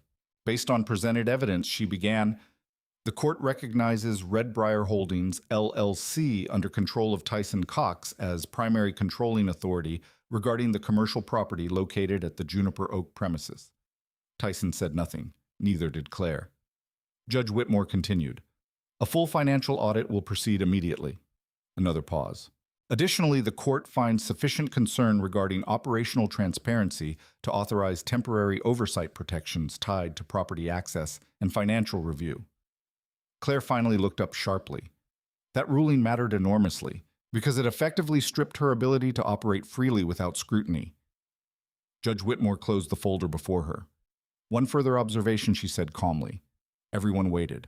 This court has little patience for attempts to frame documented financial disputes as emotional instability once records establish otherwise. That sentence landed directly on Claire and Gavin's strategy. Cleanly, publicly, permanently. The hearing adjourned shortly afterward. People rose slowly throughout the courtroom while reporters rushed toward the exits preparing breaking updates. Tyson remained seated a few extra seconds beside Rebecca. "You all right?" she asked quietly. Tyson looked toward Claire across the room. She stood alone briefly while attorneys gathered papers around her. No cameras now, no restaurant lighting, no applause. Just consequences. "I don't know," Tyson admitted. Rebecca nodded once. "That means you're still human." As Tyson finally stood to leave, Claire looked toward him. Their eyes met across the crowded courtroom. 5 years lived inside that silence. Construction dust, late-night meals, dreams, arguments, trust. Then contracts, lies, security guards, court filings. Claire stepped toward him slightly as people moved around them. "Tyson." He stopped, waited. For a second she looked like she might finally apologize. Instead she asked quietly, "What happens now?" Tyson studied her face carefully, then answered with the same calm voice he used during inspections and construction crises for years. Now the records finished talking, and judging by the fear spreading across Claire's expression afterward, she finally understood they would. Juniper Oak closed 3 days later. Officially, the statement blamed temporary operational restructuring. Nobody believed it. By then, Nashville already knew too much. News vans parked outside the restaurant almost every morning. Food bloggers who once praised Claire Holloway now posted quiet apologies or deleted old videos entirely. Reservation sites filled with canceled bookings and angry speculation. The gold Juniper Oak sign still hung above the entrance, but the building underneath no longer felt alive. It felt abandoned before it was empty.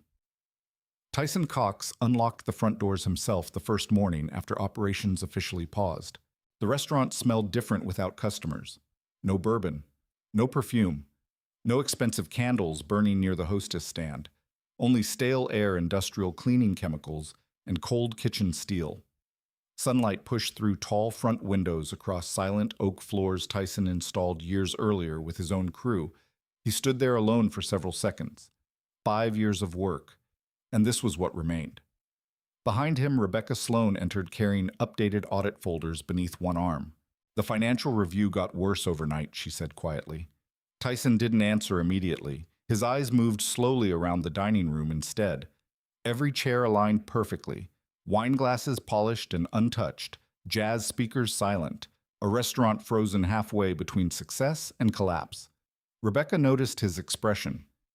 "You all right?" Tyson rubbed a hand across the back of his neck. "I keep thinking I should feel victorious. And I don't." Rebecca nodded once. "Good." Tyson looked at her. "That surprises you?" "No," she replied. "It means you cared about what this place was supposed to be." They walked deeper into the restaurant together. The audit teams had already begun inventory review in the back office. 2 accountants sat surrounded by receipts, vendor files, and banking summaries while typing quietly into laptops. Marcus Reed stood near the kitchen entrance organizing dry storage inventory. He gave Tyson a respectful nod. "Morning." Tyson nodded back. How bad Marcus looked around carefully before answering. Worse than staff thought. That seemed to be the theme lately. Everything inside Juniper Oak looked worse once examined closely. Tyson moved into the kitchen slowly. The stainless steel counters reflected pale morning light while refrigeration systems hummed softly overhead.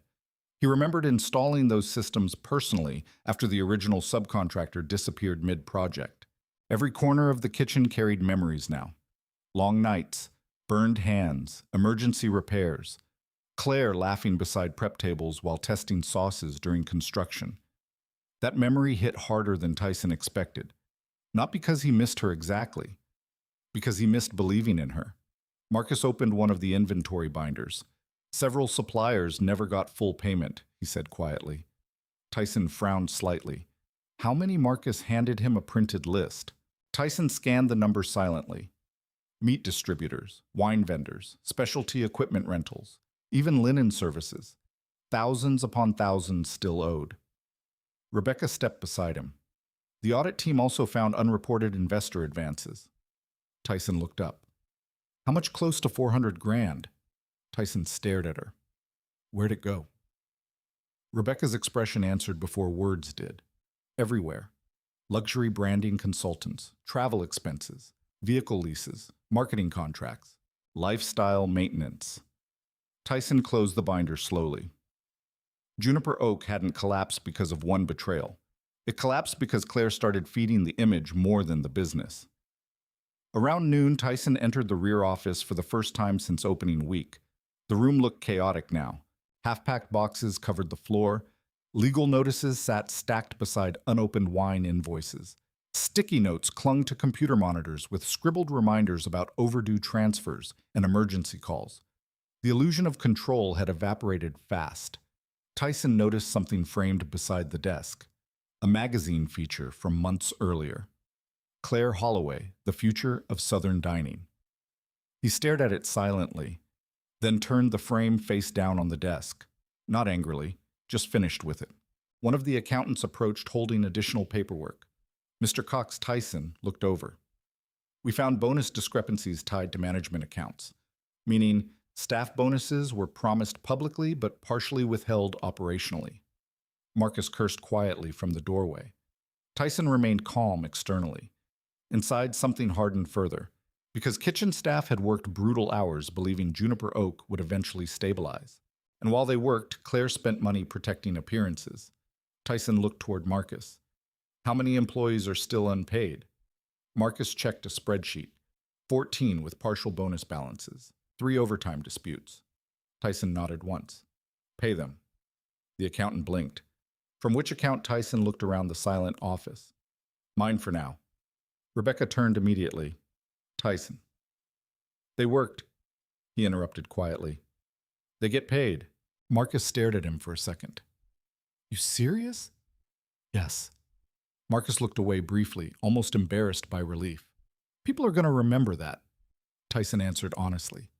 That's not why I'm doing it. And it wasn't. Construction taught Tyson something years ago. When buildings collapse, workers usually suffer first while executives argue later. He refused to let that happen here. By late afternoon, most of the remaining staff had gathered quietly inside the dining room while auditors continued reviewing records. Nobody knew what happened next. Not really. One server asked Tyson directly, "So is the restaurant dead?" Tyson looked around the room, at frightened employees, at the polished dining space they once felt proud to work inside, at the dream everyone bought into. I don't know yet, he answered honestly. That answer earned more respect than false optimism would have. Around 4:30 p.m., Claire arrived unexpectedly. The entire restaurant changed the second she walked inside. Silence spread instantly. Claire noticed it too. No greetings, no warm smiles, no admiration, only distance. She wore sunglasses despite the cloudy weather outside. Her shoulders looked tense beneath a dark coat. Tyson stood near the bar reviewing vendor summaries when she approached. Can we talk privately? Tyson studied her face carefully. The arrogance from opening night was gone now. What remained looked brittle. He nodded toward the office. Inside, Claire removed the sunglasses slowly. Her eyes looked exhausted, red around the edges. She glanced around the room nervously. You let auditors tear this place apart. Tyson remained standing. They're reviewing records. You know what I mean? Tyson waited. Claire folded her arms tightly. People look at me like I'm a criminal now. Tyson answered calmly. You lied to a lot of people. Claire's jaw tightened. I built this restaurant too. Yes. That matters. It did. Claire stared at him. What's that supposed to mean? Tyson looked toward the dining room beyond the office glass. You stopped building the restaurant eventually. Claire laughed bitterly. Here we go. You started building the story instead. That landed harder than Tyson intended. Claire looked away first. For a moment, neither spoke. Then Claire asked quietly, What happens to Juniper Oak now? Tyson considered the question honestly, because he still didn't fully know. The easiest option was selling the property entirely. Walk away. Recover losses. End the nightmare. But every time he imagined bulldozing the dream completely, something resisted inside him. Not because of Claire, because of the work. The building deserved better than becoming another failed luxury shell in Nashville. Tyson finally answered, "I haven't decided yet." Claire looked back toward him carefully. "You'd really reopen without me?" That question revealed everything. Even now, she still thought the restaurant's value came primarily from her. Tyson walked toward the office doorway slowly, then looked back once. "This place survived because dozens of people worked for it," he said quietly. "Not because one person took pictures inside it." Claire flinched slightly. Not dramatically, but enough. Tyson left the office afterward and walked through the dining room toward the entrance. Outside, evening settled slowly over Germantown while rainwater reflected city lights across empty streets. Before leaving, Tyson stopped beneath the glowing Juniper Oak sign mounted above the hostess stand. He stared at it a long moment, then grabbed a ladder from the storage room himself. Marcus appeared nearby. "You need help?" Tyson shook his head once. "No." Carefully, silently, Tyson removed the sign from the wall bolt by bolt. The gold lettering felt heavier than he expected. When the final anchor came loose, he lowered the sign slowly into his hands. Juniper Oak. 5 years reduced to metal and screws. Tyson carried it toward the back storage room without speaking, and behind him the restaurant looked strangely honest for the first time since opening night. 6 months later, the building smelled like fresh bread again. Not luxury candles, not imported perfume. Real food. Butter melting on hot cast iron, smoked brisket resting beneath butcher paper, roasted garlic drifting through warm kitchen air before sunrise. Tyson Cox stood alone inside the dining room at 5:43 a.m., tightening the final bolt beneath a wooden booth seat. Outside, early winter fog rolled slowly through Germantown while delivery trucks moved across quiet Nashville streets. The building looked different now, cleaner, simpler, honest. The marble bar Claire insisted on importing had been replaced with reclaimed Tennessee oak. Half the gold fixtures were gone. Tyson removed the oversized decorative mirrors entirely and exposed the original brick walls again. The restaurant finally looked like the building wanted to look, not like someone trying to impress investors. Above the entrance hung a new sign, Cox and Pine. No dramatic launch campaign, no influencers, no velvet ropes, just dark green lettering mounted carefully into brick. Tyson repaired himself years earlier. Marcus Reed pushed through the kitchen doors carrying produce crates. "You're here too early again," he muttered. Tyson slid off the booth and grabbed a wrench from the floor. "Could say the same thing about you." Marcus smirked faintly. That was about as emotional as Marcus ever got. The kitchen lights flickered on behind them while early prep cooks began arriving one by one. No chaos, no screaming executive chefs, no PR photographers staging fake candid moments for social media.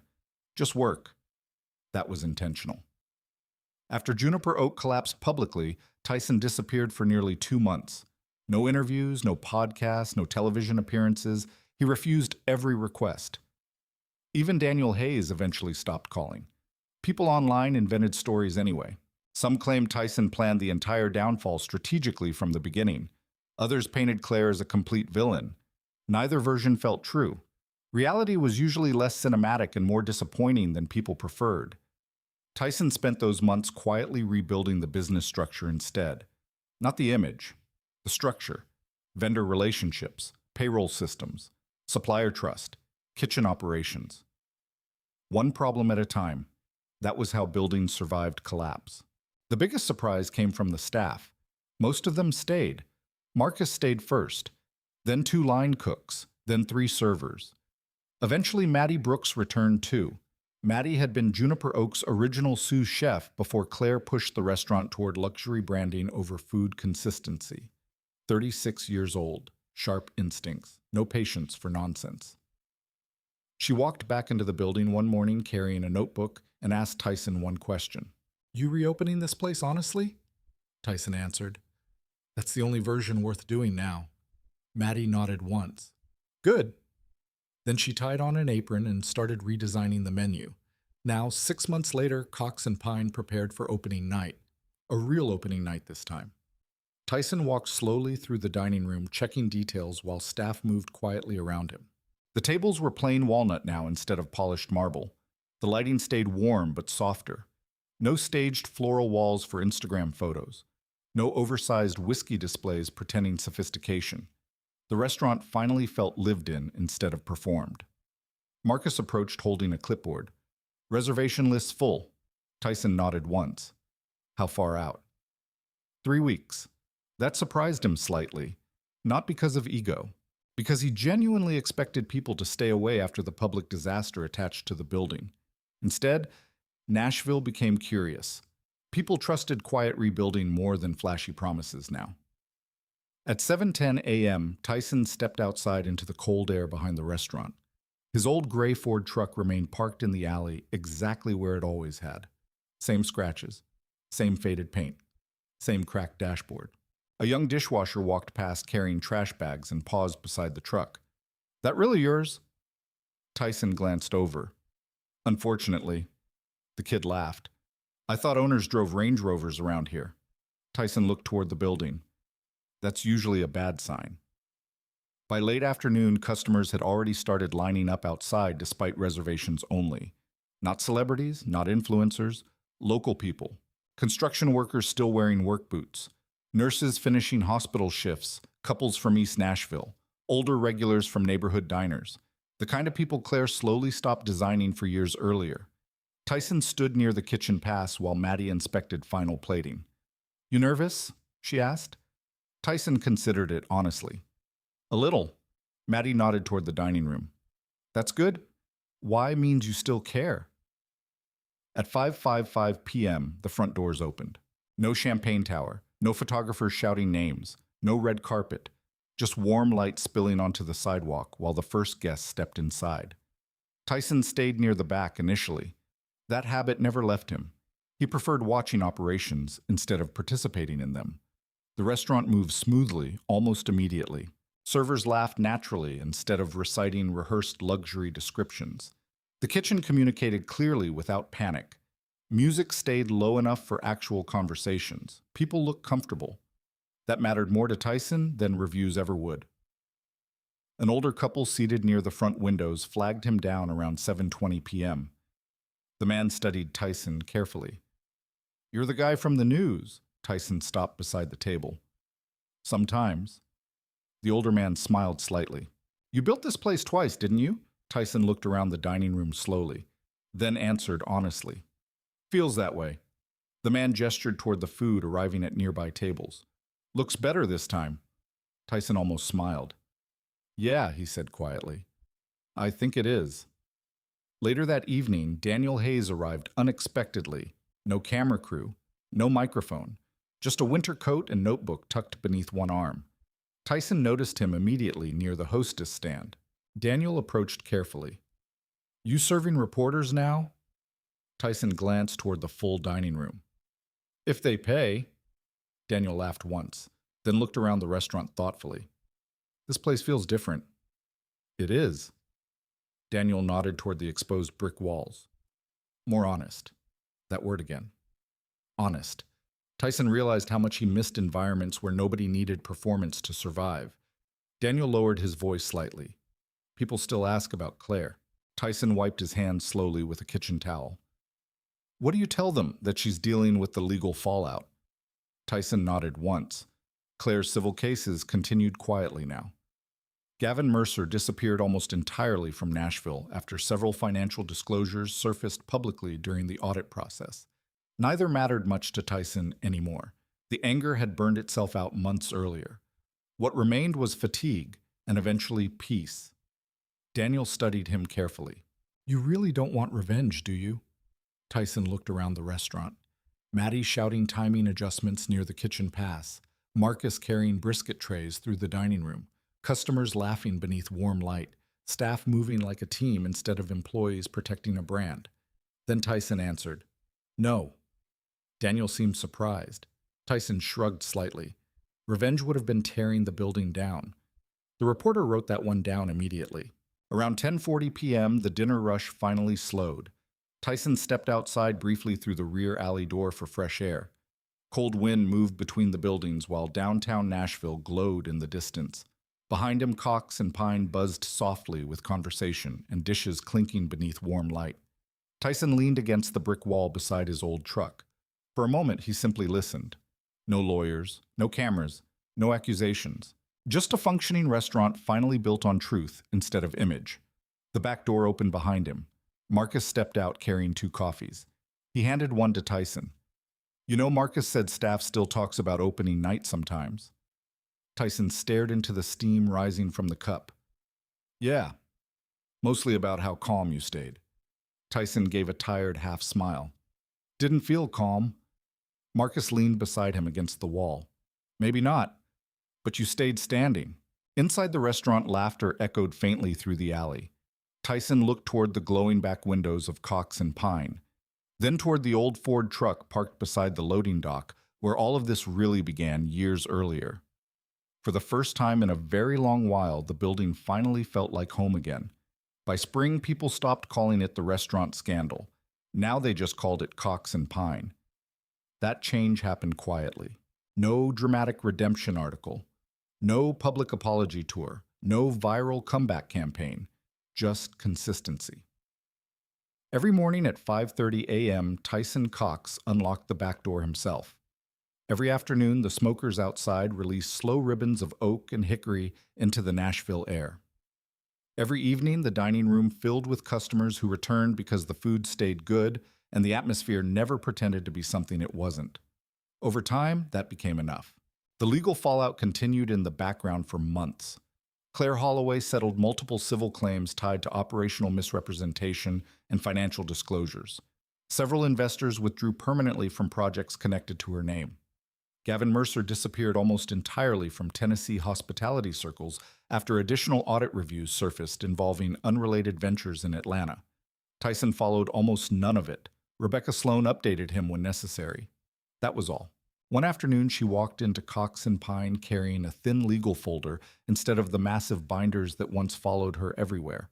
Final settlement confirmations, she said. Tyson stood behind the bar repairing a loose cabinet hinge. Everything done. Mostly. Rebecca placed the folder on the counter. Redbriar Holdings retains full uncontested ownership. Remaining liabilities resolved. Operational disputes closed. Tyson nodded once. No celebration, no relief speech. Just the quiet end of something exhausting. Rebecca watched him tighten the hinge another few seconds. You know, she said most people would have burned this place down emotionally. Tyson wiped his hands with a towel. I thought about selling, but you didn't. Tyson looked around the restaurant. Lunch service hadn't started yet. Sunlight crossed the exposed brick walls while prep cooks moved quietly in the kitchen. Someone laughed near dry storage. Coffee brewed somewhere behind the bar. It wasn't the building's fault, he said. Rebecca smiled faintly. That might be the most contractor answer I've ever heard.